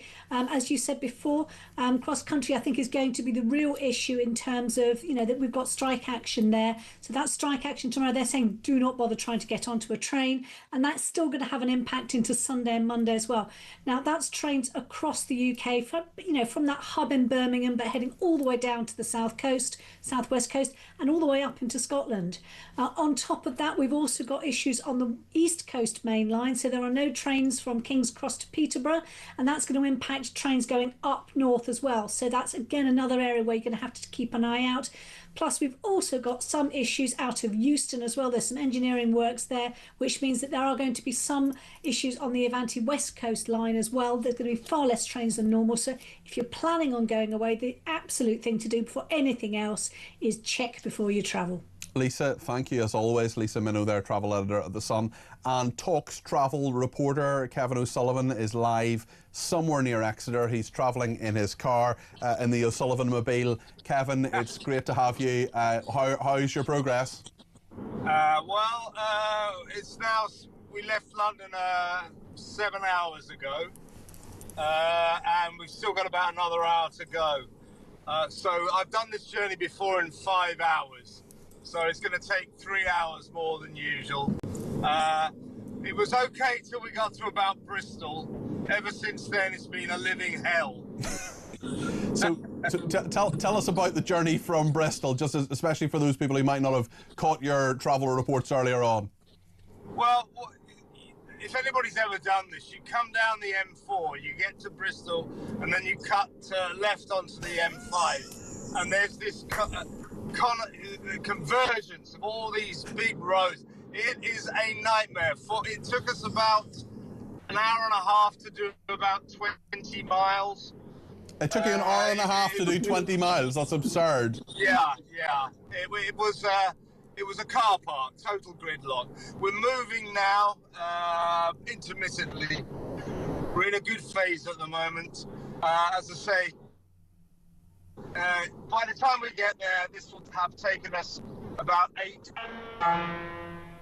I think we're just losing Kev there. He is, of course, in a moving car, but you can see on our Kev tracker, if we can perhaps bring that up on the screen again for those who are listening on the radio, we've got Kev's face moving across the West Country to his holiday destination. Oh, we've got Kevin back, have we? You with us, Kev? Yeah, can you hear me? I can indeed, yeah. And what's the mood like in the car? Have you has your passenger killed? You know what? I told Mark Dolan and I told Ian Collins that Henrietta and I, we live in Hampstead. Our first argument unfolded before we even got outside of Hampstead. Right. But for about the past 2 hours or so, we've been sort of beaten into a kind of stupefied silence. We're just sitting here going, oh my God. It really has been a living hell. It really has. What's the longest amount of time you've actually been stationary, Kev? Look, but as I said, the longest bit was the hour and a half it took us to do about 20 miles. In that, there were moments of 10 minutes when we wouldn't move. But basically, it was always moving. But I could have overtaken the cars if I was walking. Yes. We were moving at literally about 1 mile an hour. So it has been a difficult journey. I need a holiday after this. Well, hopefully you'll get one, and thank you to you and indeed to your camera woman and sort of support staff there, Henrietta. What is the longest amount of time you've been sort of sitting stationary in traffic? I'd be really interested to hear from people who are there sort of actually stationary in traffic there. I remember I was going for a boat at one stage, and there was kind of there was a very small junction, and there were roadworks there and a red light, and it was absurd. It took about an hour and a half literally to go about 400 or 500 yards, something like that. I nearly missed my boat actually. That was a few years ago now. When I was going between Northern Ireland and England. This was in England, going for the boat, I think in Liverpool or something like that. I just wonder if you're listening, if you're watching, maybe you're going away this weekend yourself, or maybe you're very safely staying at home. What is the longest amount of time you've been stuck in traffic? I'd be very interested to hear from people. You can give me a ring, 0344 499 1000, or drop me a text, 87222, or drop me a WhatsApp on the main number as well. We'll take more of your calls in just a minute on all sorts of topics. I know there are people who want to get in on what's happening on Gaza, on the migrant hotels as well. Lots of people who have opinions. If you're one of them, give me a ring, 0344 499 1000.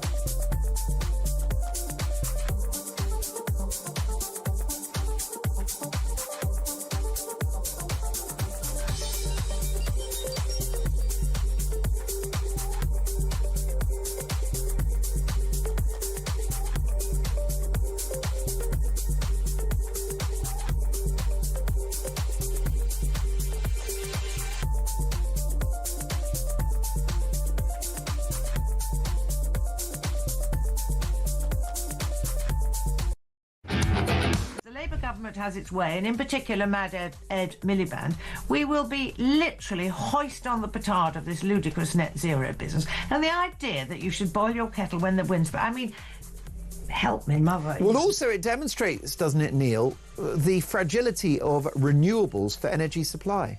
Well, I mean, the extraordinary thing is that we've now become so dependent upon these intermittent sources of energy. Yeah. The wind doesn't blow all the time. Obviously, the sun doesn't shine all the time.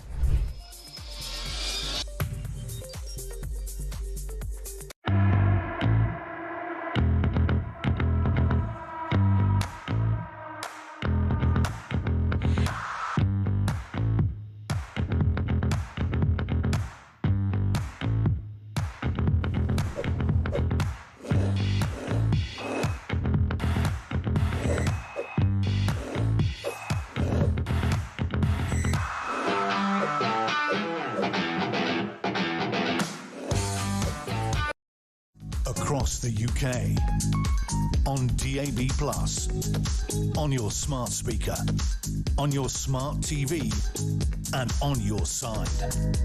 This is Talk.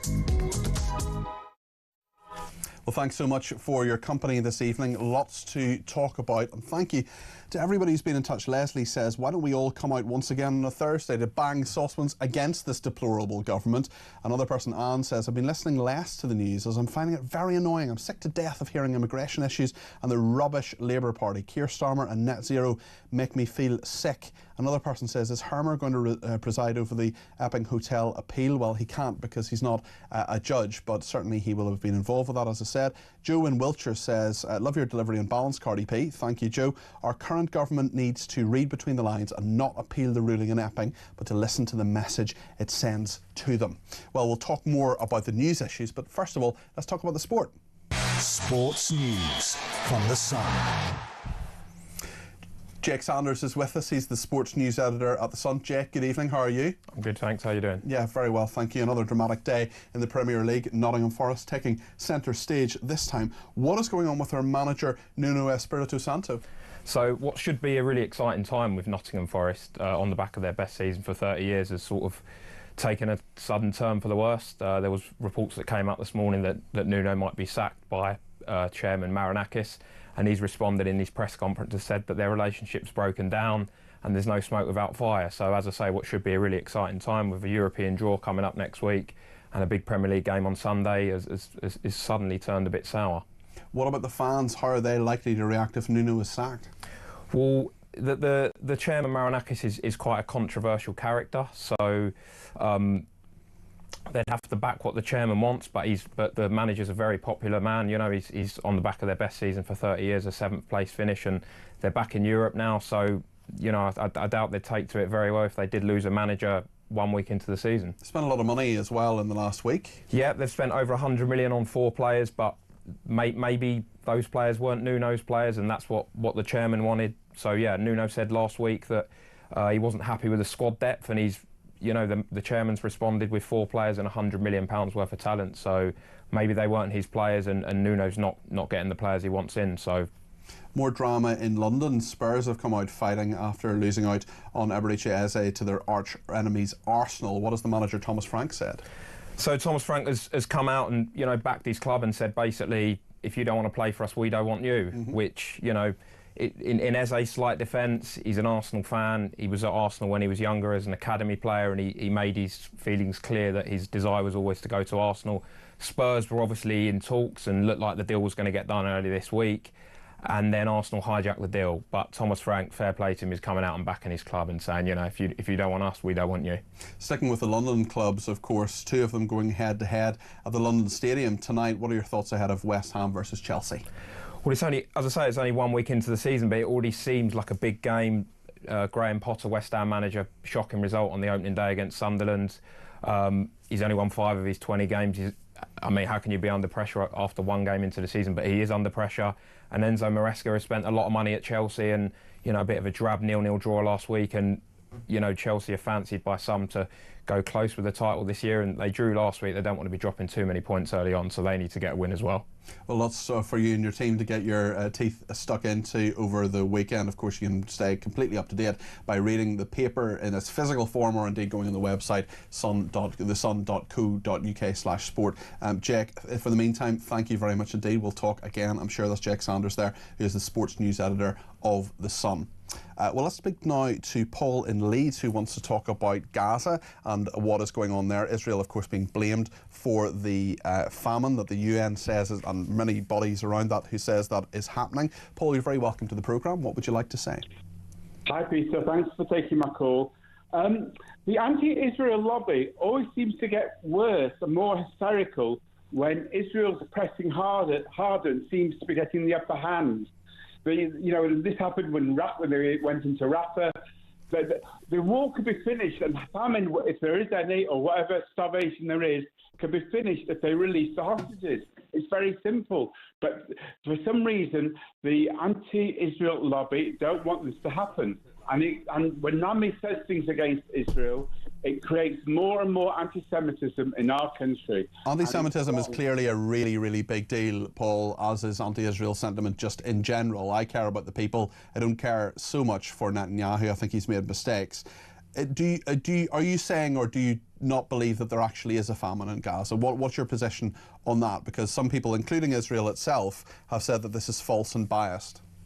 Well, don't forget, Israel is a democratic country, and there's people on the left and people on the right. And so there's people with various different views. It doesn't mean they're right about this. I just wonder what you think, whether you think there is a famine or not. I think they're trying their best. Right, all they want is to get the hostages back and get people to live next to them who don't want to kill them. You know, it's a small country. They just want to get on with life.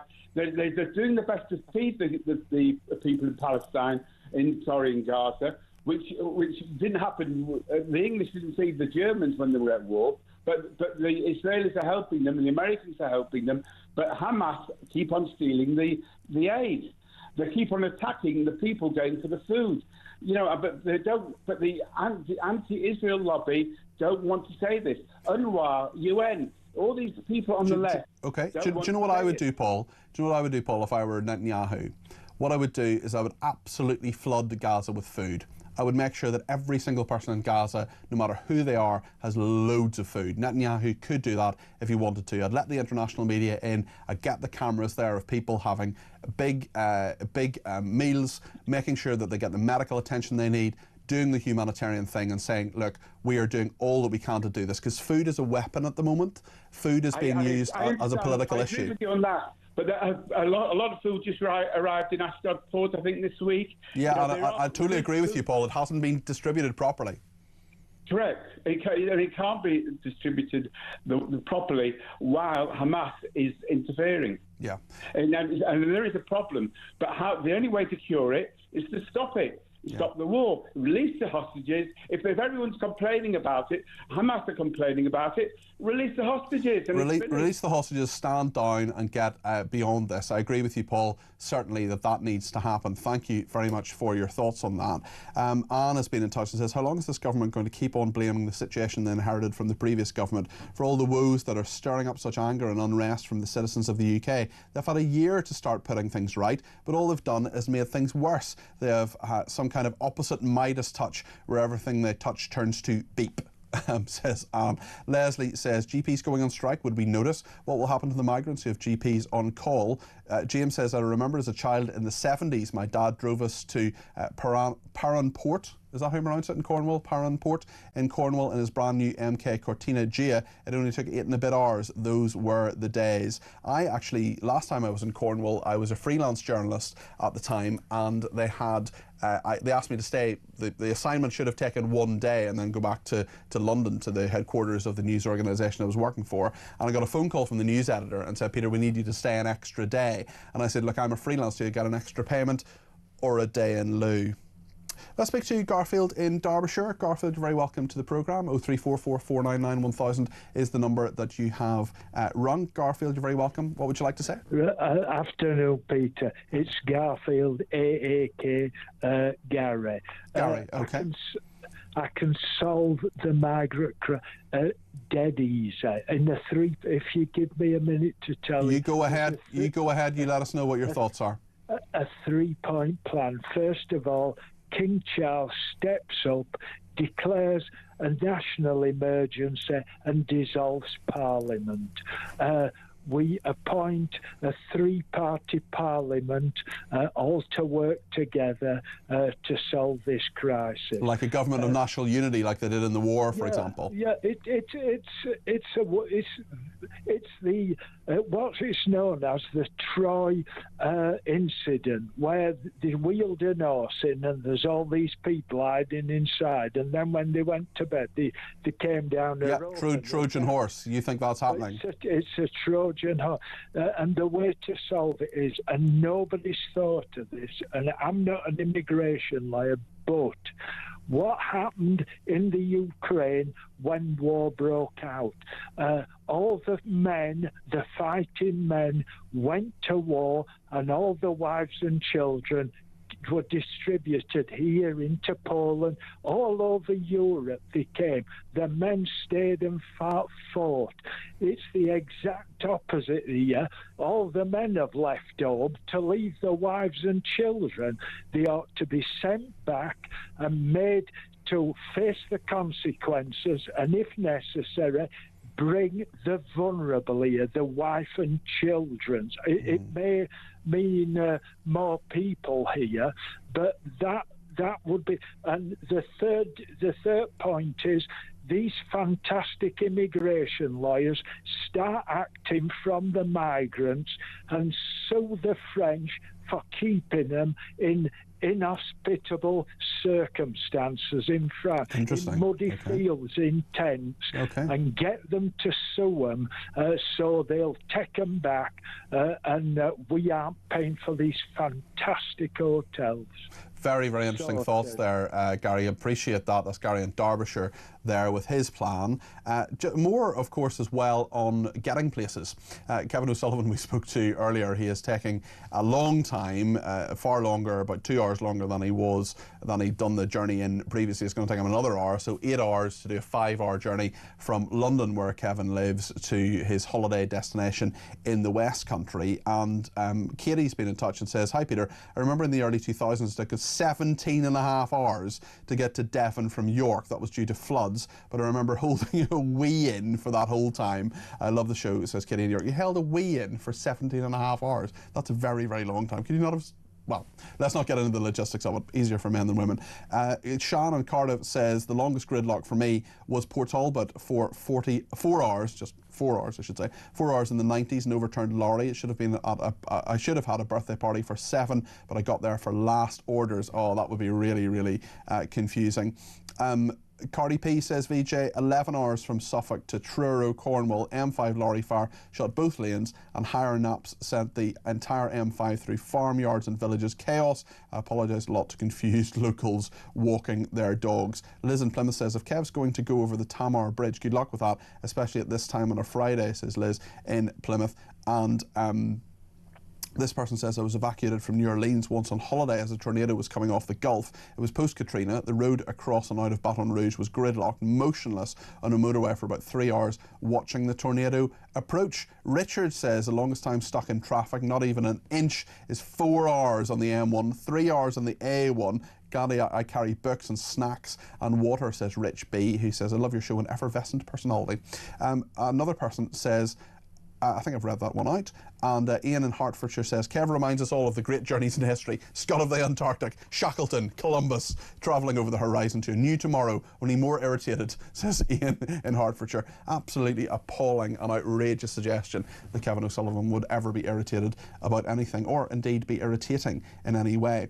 Andy says, I was stuck non-moving on a motorway in France once for 12 hours. There was a lot of snow and the police just closed the motorway with everyone on it. This was overnight, and at about 8 o'clock in the morning they started letting cars drive off the motorway down a service road to a service station. Beat that, says Andy. My goodness, that is grim.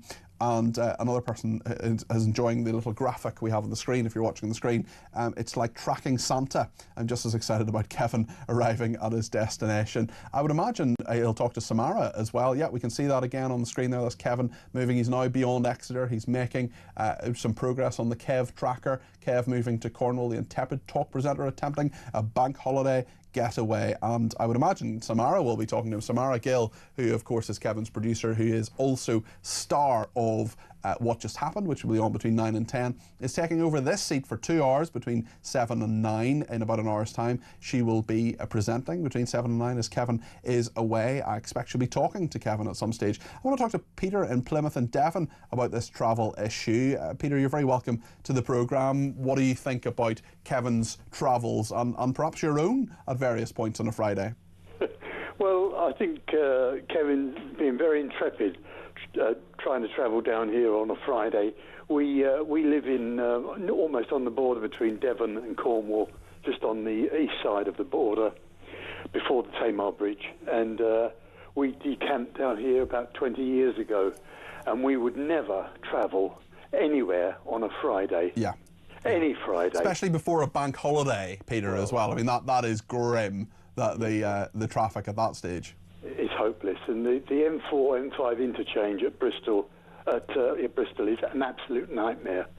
Yeah. What's the longest you've been stuck in traffic, Peter?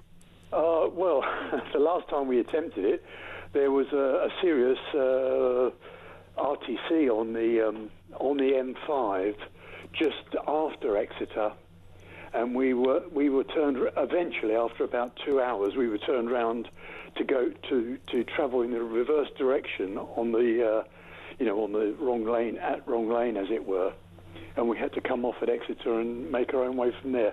That was about 2 to 3 hours. It's just so frustrating as well, because you can't go anywhere, you can't do anything. You're essentially trapped, Peter, aren't you? Yeah, absolutely. Yeah. Nothing you can do, and you're miles from anywhere, you know. That's the problem. Peter, thanks for your call. Appreciate it. That's Peter in Plymouth, very wisely staying at home this weekend.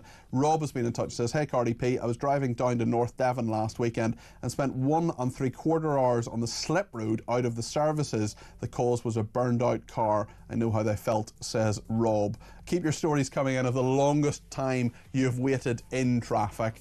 We've had some absolutely astonishing ones this afternoon. Keep them coming in, 0344 499 1000. Kevin is getting on his way. Are we talking to him in the next hour? Are we having another check-in with Kevin? We're not. We'll obviously keep you updated with all of that, and he'll talk to Samara as well. We'll talk about the migration issue as well. Bob Seeley and Dr. Chelvin are coming up as well. Let me know your thoughts. 0344 499 1000.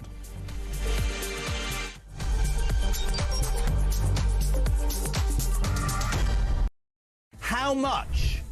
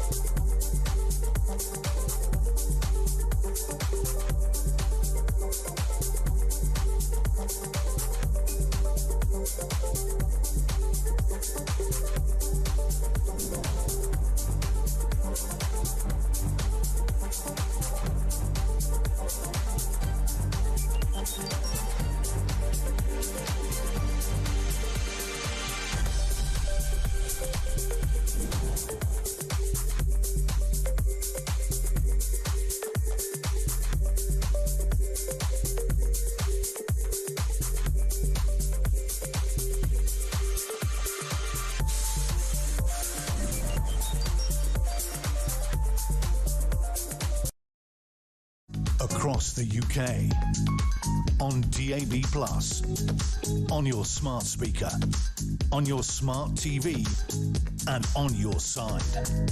This is Talk.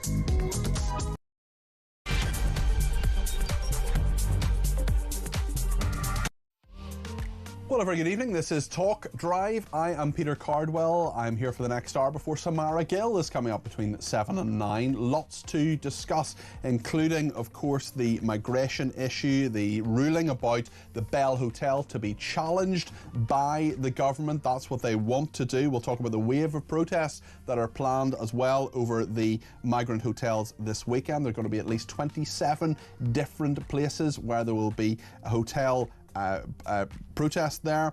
Where will the 32,000 migrants go? Student digs, colleges, disused tower blocks are apparently to replace migrant hotels. We'll talk as well about the 2 Labour MPs who now back a Rwanda-style deportation scheme. We'll talk a bit about the situation in Gaza. A famine has been officially declared by a UN-backed group. Israel says that is disinformation. We'll also take a look inside the Sun as well tomorrow with our night news editor John Lucas, and we'll take your calls, texts and tweets about all the issues you want to talk about. 0344 499 1000 is the number to call. You can text me 87222 with the word talk in your text. You can tweet me at talkTV. Follow me at Peter Cardwell. You can, of course, send me a voice note. We played those earlier, of course. You can send me a WhatsApp text message or give me a ring on the main number 0344 499 1000. Plenty to discuss between now and 7 o'clock here on Talk.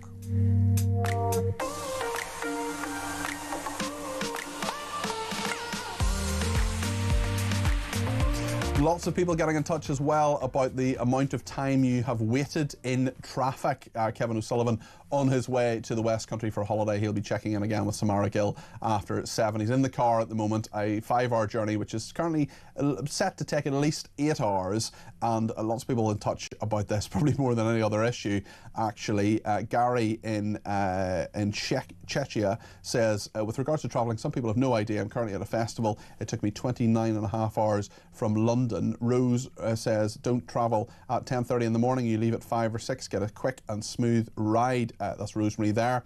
Leslie says, I wonder what Kev will be complaining about when he's next in Grumpy Old Men. Leslie, fear not, there'll be something. It was my shorts the other week. Neil in Labour Obliterated Wales, he says, I've waited 28 years for a half-decent government. Does that count? And Chrissy says, from Christina in Spain, you don't hear about the illegals complaining about their journeys. Great show, Peter. Well, speaking of migration, the Security Minister, Dan Jarvis, has been talking about this huge deal, this huge plan by the government to oppose, by the Home Office, to oppose a judgment that the Bell Hotel in Epping in Essex should send all its migrants away, that the hotel would stay open but the migrants shouldn't be there. This is to do with planning law. Let's hear what the Security Minister, Dan Jarvis, has been saying about asylum hotels. Well, we've made a very clear commitment that we're going to close all of the asylum hotels. That was a manifesto commitment that we stood on and we will honour. We're clearing up the legacy that we inherited from the previous government, but the closures of these hotels need to be done in an ordered and managed way. Dan Jarvis there, the Security Minister. Well, let's speak to Dr S. Chelvin, who is Head of Immigration and Public Law at 33 Bedford Road, Chambers. He's also an Adjunct Professor at the Centre for International Law and Globalisation at Southampton Law School. Dr Chelvin, thanks for joining us this evening. We're also joined by Dr Bob Seeley, who's a former Conservative MP, military expert, author of Total War, about new forms of warfare in the 21st century. Bob, thank you for joining us as well. Bob, what is your take on this? How far do you think the government will get, and what are the motivations in your mind for their determination to keep this particular hotel open? But of course we know that if it's closed successfully, that there are many other councils that are looking into this and how they can close their own hotels in their own areas. Bob. Hi Peter, and good evening to your audience. I know the governments are in a bind on this, but there is a simple solution which no government has been willing to do, which is this: you give yourself the power to deport people who come here illegally. And I think so many people, every time this issue comes up, whether it's on the Beeb or Talk or anywhere else, I think you probably have people just shouting at the radio or the TV.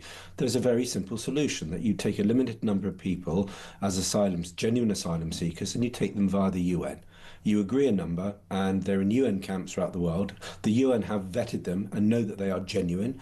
And everyone else who comes here illegally, you stick in a camp, you arrest them as soon as they land, you put them in an emergency court the next day, you find them guilty because they're here illegally, unless they can prove otherwise. You stick them back in a detention centre, and when they tell you where they're from, you send them back there. That is what we're going to have to do, and it's just a question of how much damage is being done to our country and our social cohesion before you get a government in place that does that. Dr. Shelvin, you're shaking your head. Well, it's a very sort of ignorant sort of viewpoint in relation to how the UK Constitution and the UK laws work. We do not send anybody back to a country where they will fear persecution or torture or inhuman degrading treatment. That's why the Rwanda. Yeah, but I don't believe that. One at a time, Bob. Bob, I'll come back to you, I promise. But Dr. Shelvin, go ahead. Thank you. So, they are only illegal because from the 28th of June 2022, Section 40 of the Nationality and Borders Act 2022 said that if you don't arrive here with proper documentation, you are illegal. Before that, anybody who's coming to the UK to claim asylum was not illegal. Claiming asylum is not illegal. It's only the process, the journey of entering into the UK without the proper visa, which is illegal. So that's the first point to Mr. Sewell. The second point is we cannot send anybody back. That's not just the European Convention of Human Rights. It's also the Refugee Convention, UN Convention Against Torture, the International Civil Covenant Political Rights, and also British or English common law. I thought Mr. Sewell maybe understand that torture has been prohibited in English common law. So that will completely fail. It's absolute nonsense. The term illegal has only been coined since the 28th of June 2022 because the government's losing cases about it. But we as the British people do not send back any individual back to a country where they'll suffer torture or inhuman degrading treatment. I'll come back to Bob Seeley in just one second, but Dr. Shelvin, can you give me your view, which I don't think you've done so far, in regard to this appeal against the hotel, the Bell Hotel being used? What do you think the government should do in that? Okay, well, the point being is that the Home Secretary tried to intervene in that case, the Epping Forest District Council case, at the 11th hour, and Mr. Justice Ayres prohibited them the ability to be able to intervene. However, within the 120 paragraph judgment, which I'm sure Mr. Sewell has also read to be able to be authoritative to talk about the case, also says within the judgment that there is a public interest in providing housing to destitute asylum seekers. And therefore, the Home Office has an arguable standing in the litigation because it's only through the Immigration and Asylum Act 1999 is that the Home Secretary has a statutory power. So there is a basis for the Home Secretary to intervene because, of course, the definition of whether it's a hotel or hostel is a point of law yet to be determined by the court, because the Mr. Justice Ayres, in that granting that temporary injunction, which comes into force up to, from the 12th of September, is going to have another hearing. There's going to be another hearing. Yeah, and we will follow that, of course. Okay, plenty to respond there, Bob Seeley. Okay, firstly, I'd be great if the lawyer could get my name right. I think I'm afraid to say I just don't buy what he says. I get the fact that he knows the law very well, but what I get is the fact that people are so bloody fed up with what is happening in our country. He says, for example, that we can't send anyone back if they might get tortured or some kind of unpleasant treatment. So what is the imbecilic outcome? The imbecilic outcome is that we are allowing paedophiles to stay in this country and abuse our own children, because if they go back to any of these third world misogynistic cultures they come from, Afghanistan, Pakistan, bits of India, Iran, they will, of course they're going to get an unpleasant experience because they abuse children. But your argument, your imbecilic argument, is that we have to keep them in this country to abuse children and be paedophiles here in case something bad happens to them in their own country. And you wonder why people think that you and the law, however clever it is and however clever you are, is an ass. Dr. Be careful about libel and throwing individual insults. Be very careful. I'm going to let that one slide, but only once. Okay. Sorry, are you threatening me with libel? No, I'm not. No, I'm just saying you just said that you and other people, so you gave me a personal individual attack. You do not know anything about my practice, please don't. Okay, so very, very carefully, the the very, very few cases which involve serious criminal convictions are a tiny proportion of the total number of refugees. So don't use... It is part of the story, though. It is part of the story. It is what people see. For the media. It is what people see. Okay, but it is nonetheless what people see and hear. Yes, and that's why the press and the right, and clearly, Peter, it's not you. It's the right-wing press and the right-wing politicians. Should we not report the news? No. I will be very careful, Peter, because remember, I have a very clear professional conduct rule in relation to what I can and cannot talk about. But the point is, Dr. Shelvin, the point is that those things, that those crimes that Bob talks about, have been committed by asylum seekers, and that is a perfectly reasonable thing to report and to talk about, is it not? Yes, but I cannot talk about cases I may be involved in instructive. Sure, and I'm not asking you to, but I'm not asking you to talk about specific cases, but in the round. Why can't you talk about the general cases? Okay, so in the general cases, the point is that the general cases, wonderful. Let's talk about the general cases, the 99.9% of cases where they haven't committed any crime.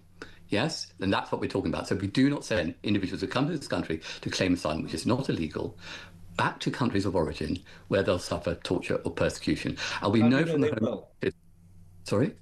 How do you know they will? The problem is with this argument, it's just completely open-ended. We can't actually get rid of anyone here who comes illegally, because you'll argue, Matt, you won't, and I'm sure you are so morally pure, but other people are going to say, oh, we can't send them back because they will suffer persecution. How do we know? How do you know? The problem is with that argument is that you can't then get rid of anybody out of this country. And if we have an argument with a lawyer like you, you start threatening libel action against people. It's absurd. Bob, in fairness, hold on a second, Dr. Shelvin. I'll come back to you in a second, I promise. Bob, the point is that the government is saying they're sending people back. 4,500 people have been forcibly repatriated. Clearly, that's not enough. Clearly, there are far more people who are going. But Bob, from your perspective, in regard to the asylum hotels and the protests that are happening over the weekend, what would your advice be to people who are thinking of protesting peacefully, let's hope? Look, people have the right to protest, and frankly, I don't blame them.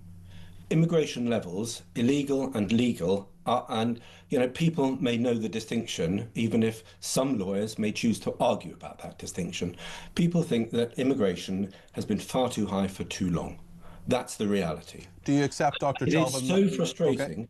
It is so frustrating when effectively you are being told, or that the argument is being presented, that you cannot deport people who come from countries which have maybe troubled internal situations because they may face oppression when they're back home. We are not here to serve the poor and downtrodden of the world. However unfortunate some of them may be, we need to look after our own people. And the levels of immigration are so high that we are in danger of creating ethnic ghettos in our cities because there is no majority population in which to integrate people into. And that is the problem that we are facing. We need to stop mass immigration, and we need to send back people who come here illegally and then, frankly, claim asylum, where many, many people do not think that is in any way a reasonable claim. They may be economic migrants, but they're not political migrants. Okay, Dr. Shelvin, ethnic ghettos and the other aspects of what Bob was saying, what do you think? Well, I'm going to dissect it because as somebody who's a first-generation immigrant as well, who came here when I was 4 years old in the late 70s, I've grown up through the 80s, 90s, and this argument regarding immigration is too large has been the argument of the far right and the right wing for decades. And as the Windrush report said, since the Second World War, there's been clear... We have record numbers. We have record numbers this year, Dr. Shelvin, 111,000. Yes, but nothing like France as Germany. But importantly, let's go... It's still high for this country, is it not? There is a record this year. Allow me to answer the question. Peter, allow me to answer the question, remember? Well, what I'm saying is, you're saying it's been around for a long time. My point is, there are higher numbers this year than there have been, and that is germane to the argument. Go ahead. No, No, well, I think the thing is, it's not about maybe at risk, and it's not about having a sort of reception where it may be sort of difficult. It's actually a real risk of torture or inhuman and degrading treatment. That's the very high threshold they have to prove. And it's very important to know it's not about economic migrants, as the statistics show. Unfortunately, Mr. Steele may want to look at the statistics, the Home Office statistics which were published yesterday. It shows that at least at 48% at first initial decisions by the Home Office, it was 58% the year before, and it was 77% in September 2022. So the majority, and then they go to appeal. We know that in Afghan cases, Peter, you may remember we talked about this on the 10th of May.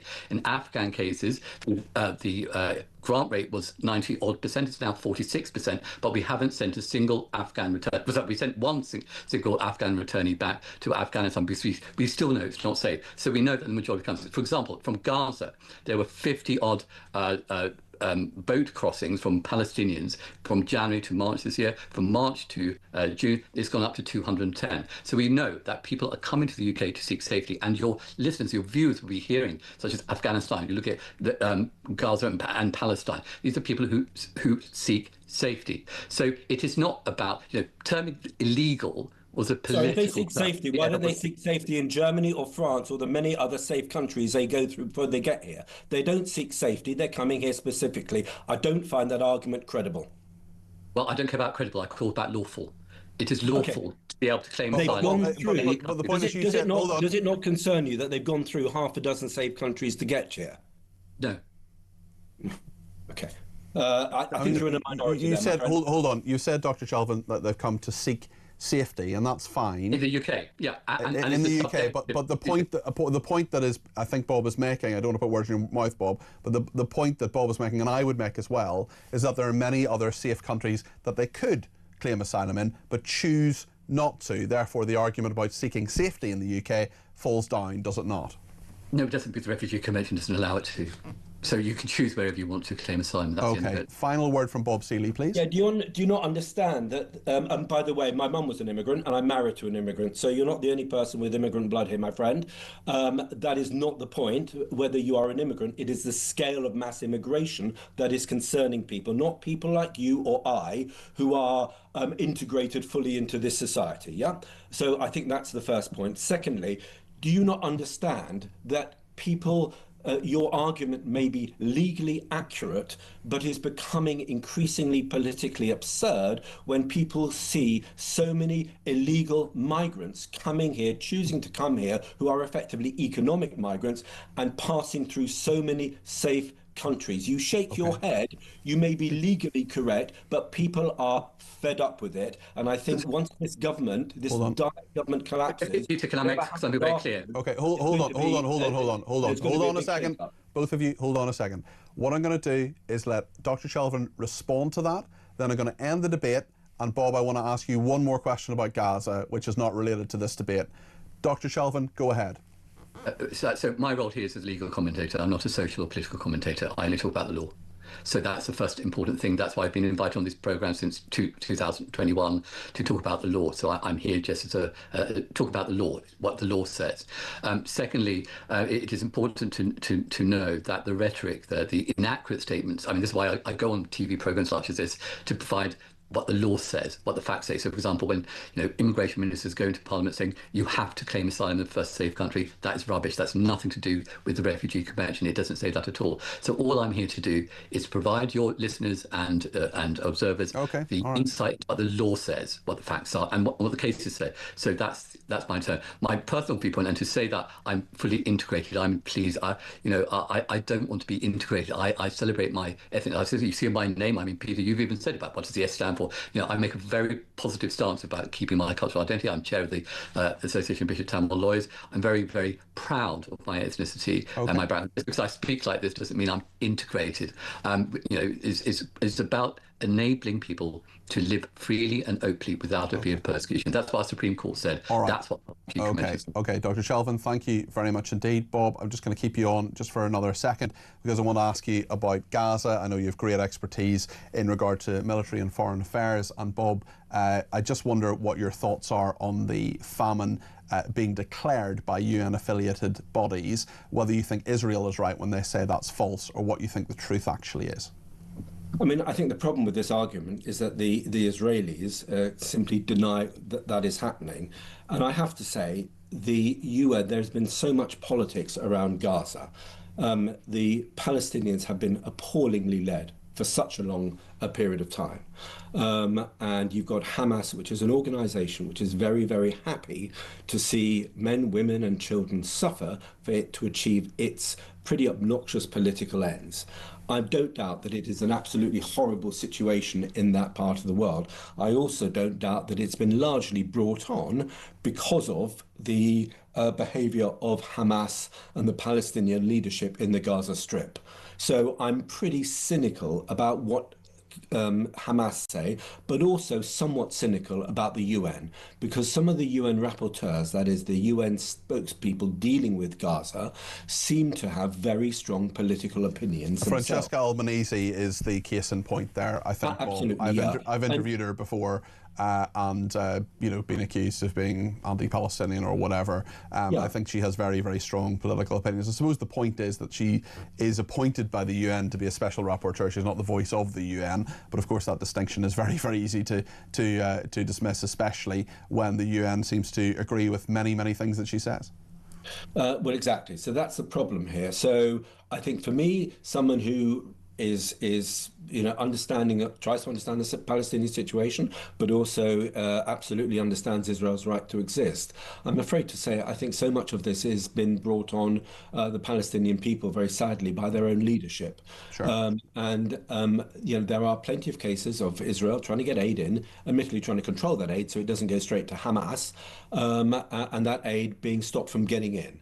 So I don't know what to think, apart from the fact that the Israelis simply entirely disagree of what the UN is now claiming. Sure, and the UN has a track record of taking sides in this, let's put it like that.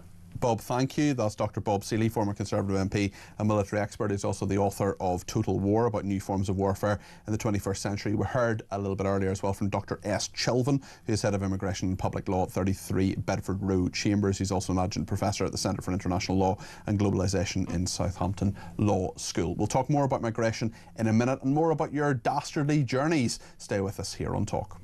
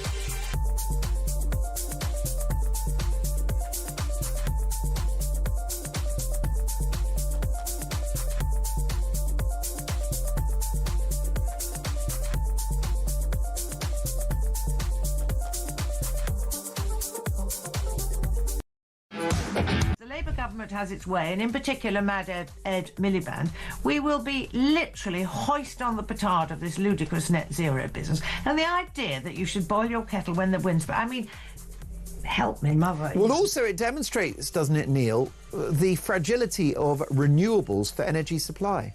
Well, I mean, the extraordinary thing is that we've now become so dependent upon these intermittent sources of energy. Yeah. The wind doesn't blow all the time. Obviously, the sun doesn't shine all the time.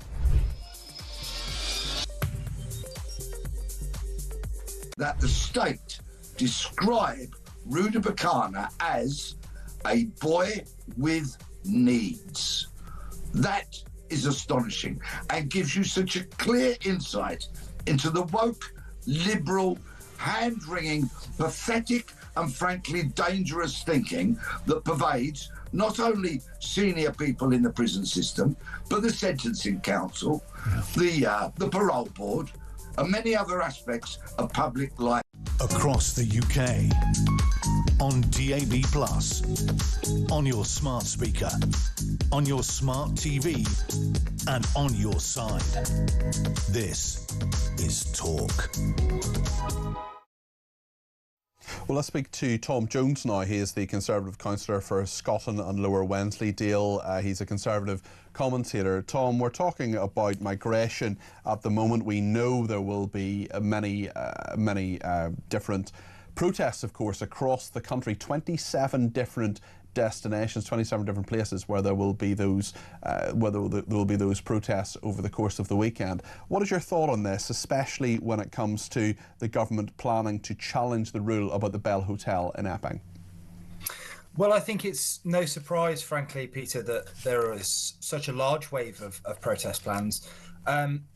Since mass migration started just over a quarter of a century ago, people have been consistently voting for parties that offer that promise to lower immigration.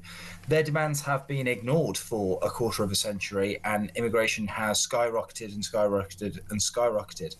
But obviously, recently, with the success of protests in getting asylum seekers removed from local areas, people have learned that actually direct action is very effective. Well, we'll just be very careful what we say about direct action, because that you may not be, I don't know if you're familiar with the term, Tom, but that would imply violent action. What we're talking about is people who have actually very successfully taken peaceful demonstrations on the street, taking part in those, as has mostly been the case, certainly in regard to Epping. They've got their councils to do something. We know Broxbourne as well, another Conservative council. We know Reform UK councils are taking action here as well. All the while that Labour MPs, a couple of them now, including Graham, what's the name of the Labour MP? I'm sorry, I forget. Graham Stringer. Graham Stringer, apologies. Just temporarily went over my head. Appreciate that, Tom. Thank you. Has said that Labour MPs could now back a Rwanda-style deportation scheme for small boat migrants. What do you make of that? Well, I think Steve Yem has written for his local paper praising Trump's border policies. I think a lot of the Labour MPs are waking up to political realities. A lot of them thought when they took power that the problems with the asylum system were political rather than structural. They thought the problem was fundamentally that Conservatives were running the asylum system, and some of that was true, but obviously they can no longer blame that on us. And I think the huge increase in migration and asylum claims that we've seen since Labour have taken power, we have a system that is now truly well and truly overwhelmed, and Labour MPs are actually left with very few places to go on here, particularly in the seats that they won from us in 2019 that were mostly won in a kind of loveless landslide with Conservative voters staying away. I wonder what you make of this story about the Home Office tendering for mass fatality tents. I mean, I suppose it could be argued, if there are mass fatalities, let's hope there aren't. I mean, the government does all sort of disaster scenario planning anyway, but this has certainly piqued some interest. What do you think of it? And tell us some of the detail here, Tom. I think so. There are about 7 contracts that they've tendered out for to the value of quite a few million for mass fatality equipment, including, I think, large-scale tents, which obviously would be used for, as you can imagine. And, again, to reiterate your calls, let's hope that's wrong. But we have been seeing increasing amounts of street politics essentially for quite some time, far beyond the protests just over Gaza. We've seen it as well as Gaza, and then the protests, and now we're seeing it with Palestine action as well. So there is a kind of much more febrile atmosphere in Britain, and obviously we all hope that nothing will come off, but it's better for the government to be prepared. Okay, well listen, thank you very much indeed, Tom. That's Tom Jones there, is a Conservative commentator and Conservative councillor for Scotland Lower Wensleydale. I mean, I'm not sure those mass fatality tents are anything to do with the protest, but certainly there are all sorts of questions because they were there during COVID as well. I mean, is the government expecting something like that? I certainly hope not. Or are they just preparing for the worst? Because that's the job of government. They've got to prepare for the worst possible scenario, even though those scenarios are not particularly likely. And of course, lots of criticism of what the government did or didn't do in regard to COVID. I'm not necessarily talking about the lockdown, some of which I disagreed with, of course, but also the fact that the provisions for a mass breakout of some sort of illness. Let's hope we don't have another one like COVID ever again in our lives, or even beyond that. But it'll be very interesting to see what the government does with this. We're going to take a look inside the Sun in just a second, see what they're reporting tomorrow. John Lucas is the night news editor. He'll be with us in just a second. So stay with us for that.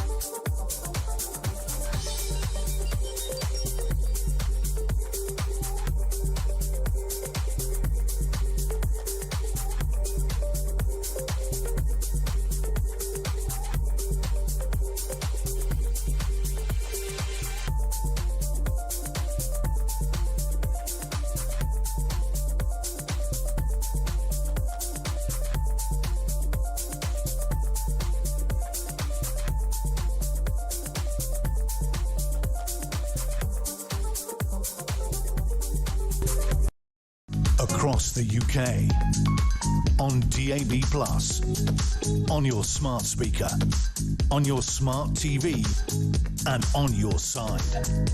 This is Talk. Well, thanks so much to everybody for getting in touch, including Steve. He says we never had these arguments before illegal migration started. Lots as well about taking your time to get places. We've been checking in with Kevin O'Sullivan. He's on his way to the West Country, and one person says, I joined the M4 at junction 17 some years ago, intending to get off at junction 18, about 12 miles. It took 8 hours because of an accident. I was going for a job interview. Did I get the job? Of course I didn't. Good effort on my part though. Yeah, very good effort, absolutely. James says it took me over 2 hours to drive down a narrow road in East London once I was driving to Southport Holiday Park for a weekender rave. It took 12 hours in total, mostly spent on the Birmingham Ring Road. Well, we're going to take a look inside the Sun now with John Lucas, the night news editor. Before we do, John, have you spent a lot of time in traffic at any stage? What's your sort of worst kind of scenario? What's happened to you? This was just making me think of the horror of being stuck on the A13 going back to Essex. Right. And I'm really hoping that doesn't happen. Which actually tonight. Isn't that far, really, but it just takes a long time. And that's the worst thing about. Well, it's a real sort of bottleneck for boy racers. Don't know if you ever have to drive it. It can be a bit dicey. I haven't driven it myself now, but yeah. And you can get those unexpected crashes on there, and you're literally you're 20 minutes from home, but you're there for a couple of But hours. you live in Essex yourself? Essex, man, yeah. Yeah, that's great, yeah. Do you know, there's someone, her name's Gemma Collins, do you know her? Not personally. Not personally? No. Yeah, well, I know of her. She's got a bit of a rep in Brentwood. I expect you're just well, Gel. Yeah. Right then, let's talk about Lucy Connolly and what she has been saying. This is the jailed tweeter, says she's considering legal action against the police, John. Yeah, absolutely. So Lucy Connolly's out. Obviously, she was jailed amid the aftermath of the Southport murders and that chaos that we all remember. She made a very, very unwise, horrible tweet, really, what she put on Twitter. And she said and today, she admits that. She holds her hand up and says that I was wrong to do it, but the length of time that I spent in prison doesn't compare to sentences handed out to other people for far worse crimes. For instance, we've noted this week, Hugh Edwards didn't go to prison, even though obviously what he did was absolutely vile, beyond the pale. And there's lots and lots of examples of this. So she's been out, she's been speaking. She says that she felt like a political prisoner of Keir Starmer. She's saying she's looking at legal action against the police. There's all sorts of questions about, should she have been bailed before being hauled up in court to give herself more time to think and all the rest of it. And, the backdrop to this is we've got a weekend where there will be more protests outside asylum hotels. You'll be covering those, of course, tomorrow. We're going to be covering Sunday, those. Yeah. They're up and down the country. So at the moment, and we've had these figures this week, 32,000 asylum seekers at the moment living in 210 hotels across the country. Councils are looking at following what's happened in Epping, looking at how to get them shut down. And, this is all feeding into very bad news for the government. They seem to be absolutely, stuck with what to do about this issue. And you're going to see in our leader column tomorrow, that's the sort of the opinion of the newspaper. The Sun says? The Sun says we're not just talking about the Lucy Connolly issue, migration issue. We're sort of putting it all into one, and we're saying, look, we've got debt, we've got inflation's up, we've got an autumn of discontent looming with strikes, and that comes back to the government caving in very early doors with some of these unions and offering them big pay offers. We're seeing, doctors, the RMT are going on strike. Labour doesn't really seem to know what to do, and we're saying, where's the leadership? Where's the leadership? What's going on? Well, we know the Home Secretary, the story that broke this afternoon, is off on holiday amid all of this. I know everyone's got to go on holiday at some point, but perhaps this now, exact point. It looks terrible. Yeah. Something of a balls up, one might say. Yes, exactly, yes. Mr. Balls is there as well.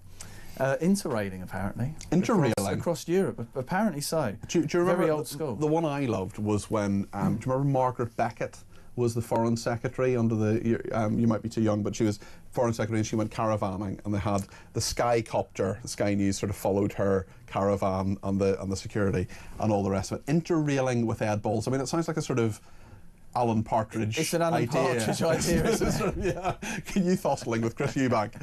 Right then, let's talk about another story, fairly close to my heart actually, about the jailed killer of the teenager Jimmy Mason. Absolutely horrendous crime. Jake Farry, who was out at one stage, he created some music, some drill, which is this absolutely dreadful form of music, and BBC of course played it and thought it was amazing. He has been recalled to prison earlier this year after the Sun of course exposed those violent videos, but he could be free by Christmas. Yeah, that's right. So this was one of our sort of one of the big stories of our year. Finding out that this guy, Jake Farry, was working as a rapper. He was creating music, anyway. Creating music, and it was very boastful about violence and drugs and all the rest of it. And it was a big piece of work for us to expose this. And that's one of the great things about tabloid journalism. We can sort of, nobody else would have been looking at this sort of thing. We got in there. We eventually, ultimately got recalled to prison, but he is on the track for parole. He'll quite likely get out before Christmas, and we're in touch with the Mason family, and they're incredible people. I've interviewed them before. Barry and Margaret. A friend of mine did some fundraising for their foundation as well. They're just incredibly brave and people who've devoted their lives really to stopping this sort of thing happening again, working with young people. Yeah, They're amazing incredible. people. And, you know, we'll do this story and we'll do follow-up stories because it keeps it in the limelight, Absolutely. keeps their foundation in the limelight. And, you know, we like to think that this time the probation service is going to keep a closer eye on this guy, and he's not going back to rapping. Well, let's hope they do. Yeah, absolutely. Rap with a capital C. Robo-Dog. Tell us about Robo-Dog. This is Nottinghamshire Police. Robo-Dog, yeah, the future is here. It's finally happening. It was K9 was that movie, right. wasn't it, in the Yeah, 80s? right. And it was sort of on wheels and it was like a box. This is looking a little bit more like a dog. So this is Nottinghamshire Police. They've got this Robo-Dog. They sort of describe it as a drone, but on the ground. It's pretty amazing. It's got cameras everywhere. It's equipped with AI, so it can spot if someone's holding a knife or holding a gun. It can identify that. It can get up the stairs. It can go anywhere, and it will train with the firearms officers. So if they've got to go to a siege or a gangland shooting or something like that, they'll send in this Robo-Dog, and that will tell them what the threats are around the corner. It's pretty amazing stuff. I mean, what they've said is that they don't have any plans to fit it with weapons. For obvious reasons. Which is pretty good. I mean, it's a bit wrong. We don't really want robots running around the streets with weapons. That is getting very Terminator. When you think about it, is very Terminator. When you think about police robots, of course, or armed services robots, of course, the bomb squads for many years have had robots that can go and assess it and show the camera and so on. It's sort of the next generation of that, this really, is the next step up from that. Yeah. It's you know, it's pretty cool. We see I think Milton Keynes have these delivery robots now, don't they? Where you can get your Just Eat or whatever. So that's right. Yeah. Yeah, it's interesting times, and no doubt if this works for this force, we're going to see it all over the country. And yeah, very interesting stuff. Tell us about coasting to your record. The person who's ridden the most roller coasters in 1 week. Yeah. So this is Dean Stokes. He's a chap who only discovered roller coasters really later in life. He's a 36-year-old man now, but he loves it. And yeah, he set this record, 55 roller coasters in 1 week.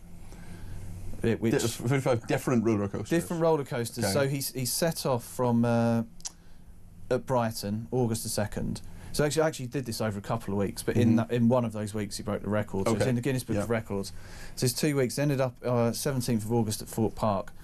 He visited 32 theme parks, went on 108 roller coasters in this period. Amazing guy. He said, yeah, people called him crazy, but he says it's loads of fun. He says people just don't let themselves go enough, and that's what going on these roller coasters is all about. And one of his favourites was Adventure Island in Southend, my neck of the woods. Which, quite like that. I haven't been to Adventure Island, I must say, but I am going to Epcot in in Florida. I haven't been there since I was 8 years old, but I'm going there. I can't wait. It's going to be really good, and also I get a discount because I'm going with a friend who's from Florida, and you get discounts if you're a Florida resident to go there. So that'll be really good. That'll be a great story. I'll be looking forward to reading all about Dean's adventures tomorrow. Thank you very much indeed, John Lucas, who is the night news editor at The Sun. And Jackie's been in touch and says, as a child I went by coach from Manchester to Devon with my parents. Unfortunately, during the journey, sadly a passenger died. The coach was evacuated and we had to wait on the hard shoulder for 4 hours as a replacement coach arrived to take us for the rest of the journey, says Jackie. We'll keep those stories coming in. We'll take more of your calls as well in the next little while. And of course, it's Samara Gill between 7 and 9. We'll have a chat with her about what's coming up on her programme as well, and then what just happened between 9 and 10. Just a reminder, I am here tomorrow, Sunday, and bonus Monday between 10 and 1. So stay tuned for all of that. We'll take your calls in just a second here on Talk.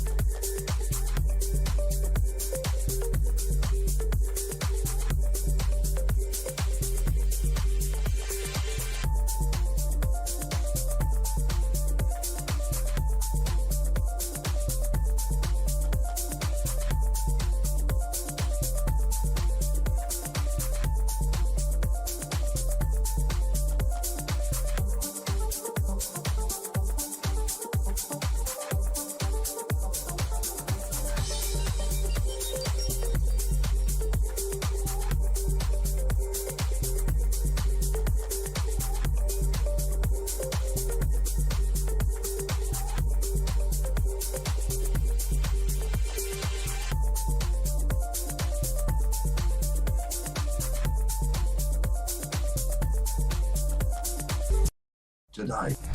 I mean, what happened yesterday could seriously undermine the government's national plan. As you mentioned, we got Labour-run Rural Council, but also Tamworth as well, and they both said that they are actively considering legal action against the Home Office over the use of these hotels. And it was quite interesting what your listener said, because you just read out his message where he said, if these hotels close and they're on 3-year contracts, are we still going to pay for these hotels even if they close?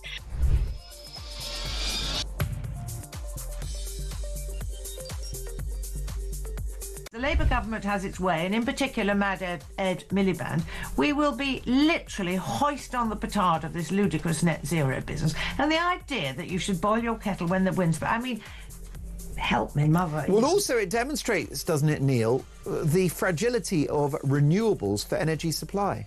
Well, the extraordinary thing is that we've now become so dependent upon these intermittent sources of energy. Yeah. The wind doesn't blow all the time. Obviously, the sun doesn't shine all the time. Across the UK, on DAB+, on your smart speaker, on your smart TV, and on your side. This is Talk. Mark's been in touch from Selby with his dog beside him, Poppy. He says, "Are you okay, Peter? You talked to a chap called Tom Jones and he did not squeeze in the pun about government buying mass death tents, that such an act is not unusual." Switch on, Peter. Mark, I do apologise for that. I know you expect a certain standard of service. To be honest, it drifted off and I was thinking about Northern Ireland, where I was earlier this week, and just thinking about the green grass of home. Jane says, "Remember the fuss Labour made when Dominic Raab was on holiday?" Penny says, "Had Lucy Connolly been the wife of a Labour councillor, she would not have been put in prison," says Penny. We don't know that, Penny, but listen, thanks for your message. Fern in Glasgow says, "How long do you think it will be until Labour MPs realise they are toast the next election, start trying in desperation to save their jobs, or end up like the 80-seat majority Conservatives did last year?" Gosh, it was only last year, wasn't it? Flippin' heck. Seems a long time. Bill Groombridge in Crowborough says, "Why is it that people like Dr. Chilvin, Rachel Reeves, Angela Rayner seem to sneer and look down their noses if we peasants ever dare to offer an opposite opinion to their opinion?" Well, I'm sure all of those people would deny sneering, but certainly to Bill anyway, and to perhaps others, it feels that way. Steph has been in touch from Leicestershire. Steph, I don't think we've spoken before, I'm not sure, but listen, it's good to talk to you. What would you like to say? I'm a second generation Ukrainian. My dad come here in 1948. When he got here, he was putting a camp in Bletchley. Okay. They weren't putting no fancy hotels. Yeah. They were vetted, they were checked.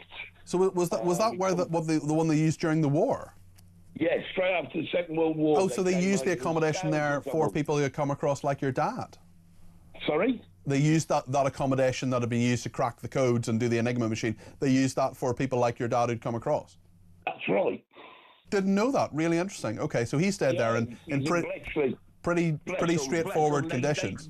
Yeah. They were making potato vodka at the time, and they smoked the village out. The police come, "What are you doing? It's not," because it's like at home it was loud. Anyway, what I want to talk about is, in fact, I could go on forever, to be honest, because I've been listening to talk for so long, and nothing after all the months, nothing. See, like Starmer just don't listen.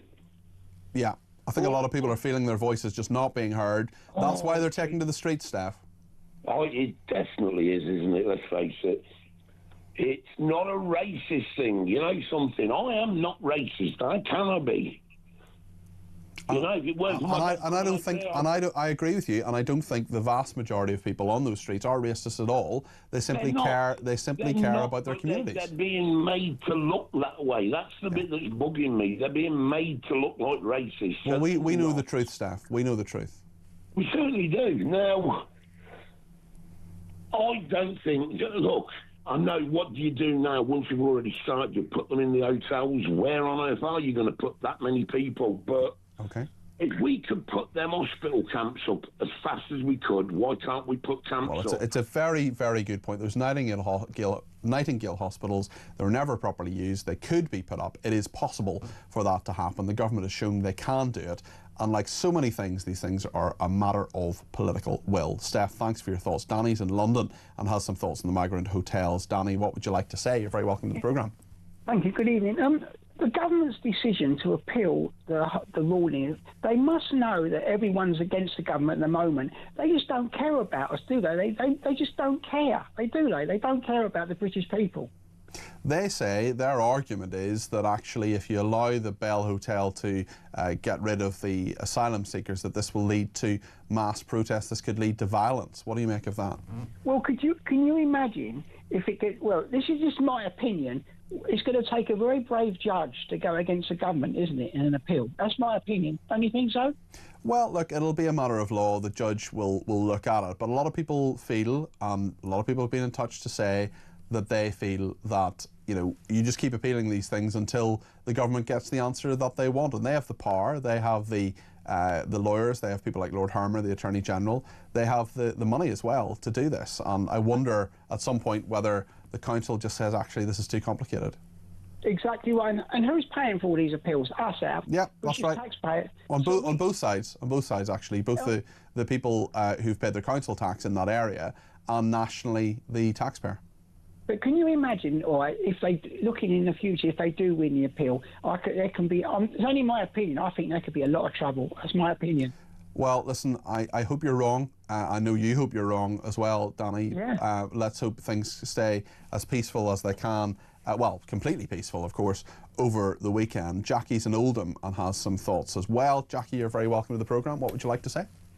Hi, Peter. Hi there. I would like to say with your interview with Dr. Shelvin, what law says that the Human Rights Act gives a higher value to somebody coming into the country as opposed to somebody who's a British citizen living in their sovereign country? Where's the law that says that? Well, it's a very good point, and there are competing rights here, Jackie. There's no doubt about that.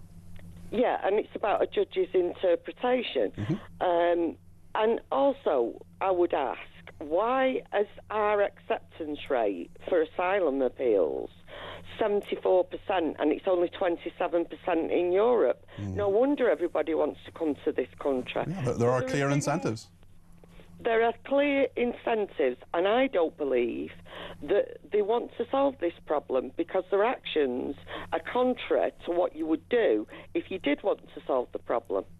Jackie, great points as always. I'm just going to move on because there are quite a few callers who want to get in before we speak to Samara Gill about her show, which is on between 7 and 9. Let's speak to Grace in London about Gaza. Grace, you're very welcome to the programme. What would you like to say? Yeah, I'm really concerned about people in Gaza, and it's hard for us to know the exact circumstances because of the conflicting narratives that are coming out. But as you've said, there is clearly a humanitarian crisis. But I do not understand why there is not attention given to other people in our world who are starving. The biggest humanitarian crisis right now is in Sudan. There are other parts within the continent of Africa, although the continent of Africa is endlessly varied, but there are other parts, such as certain bits of Nigeria, certain regions of Congo, certain areas within Mozambique, where people are fleeing horrific violence, horrendous violence, quite a bit of it linked to international corporations that create things that we buy, as well as history that we have some links to. I'm not saying that we're personally responsible. Grace, I totally agree with every word. I truly agree with every word you've said. What I think is perfectly straightforward in all of this is that Israel is seen by many as the villain, and the point is that many want to see Israel as a villain. Maybe it is. You know, there are things that Netanyahu has done I disagree with. But the fact is that people like to point to Israel. They have an Israel derangement syndrome that say that Israel's always wrong. Yeah, I mean, when I've mentioned online again and again that we should also be concerned about people starving in other places, again and again people just come back with, well, the situation in Gaza is all because of Israel and our politicians. So it's as though some people care more about their anger with Israel and our politicians than about the humanitarian Grace, situation. you're absolutely right, and it's not just about the anger, it's about the virtue signalling as well. Grace, thank you very much. Matt in Cardiff says, Peter, with regard to robot dogs, watch Metalhead Black Mirror on Netflix. You may change your mind about robot dogs. And Joanne in Selby says, I hope Lucy Connolly sues everyone that was involved in her case. I would happily donate towards any crowd-funded legal actions. I'm sure many of the silent majority would.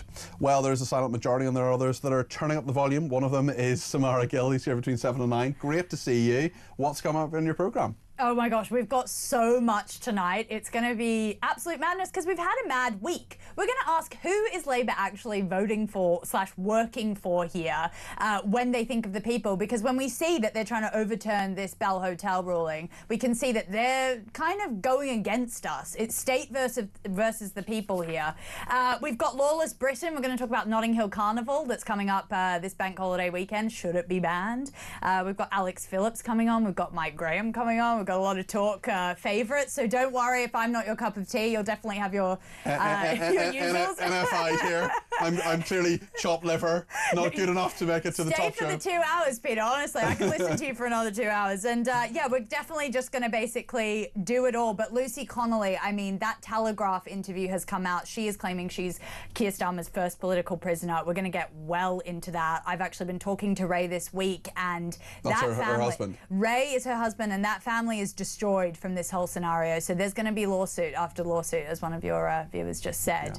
Yeah, so it's going to be madness, and we're going to do a bit of royals, because why? I mean, it wouldn't be a show with me in it if we didn't cover the royals. So let me guess, the plan is to say the title of the item is why you think Meghan Markle's brilliant. Yes, and yes, lovely. yeah, Is that it? Yeah, she's actually a star of mine, and it's going to be a redemption to her. So yeah, we're gonna go on the why I love Meghan. Why Meghan is the risen Messiah by Samara Gill. That's the. Stay tuned, everyone.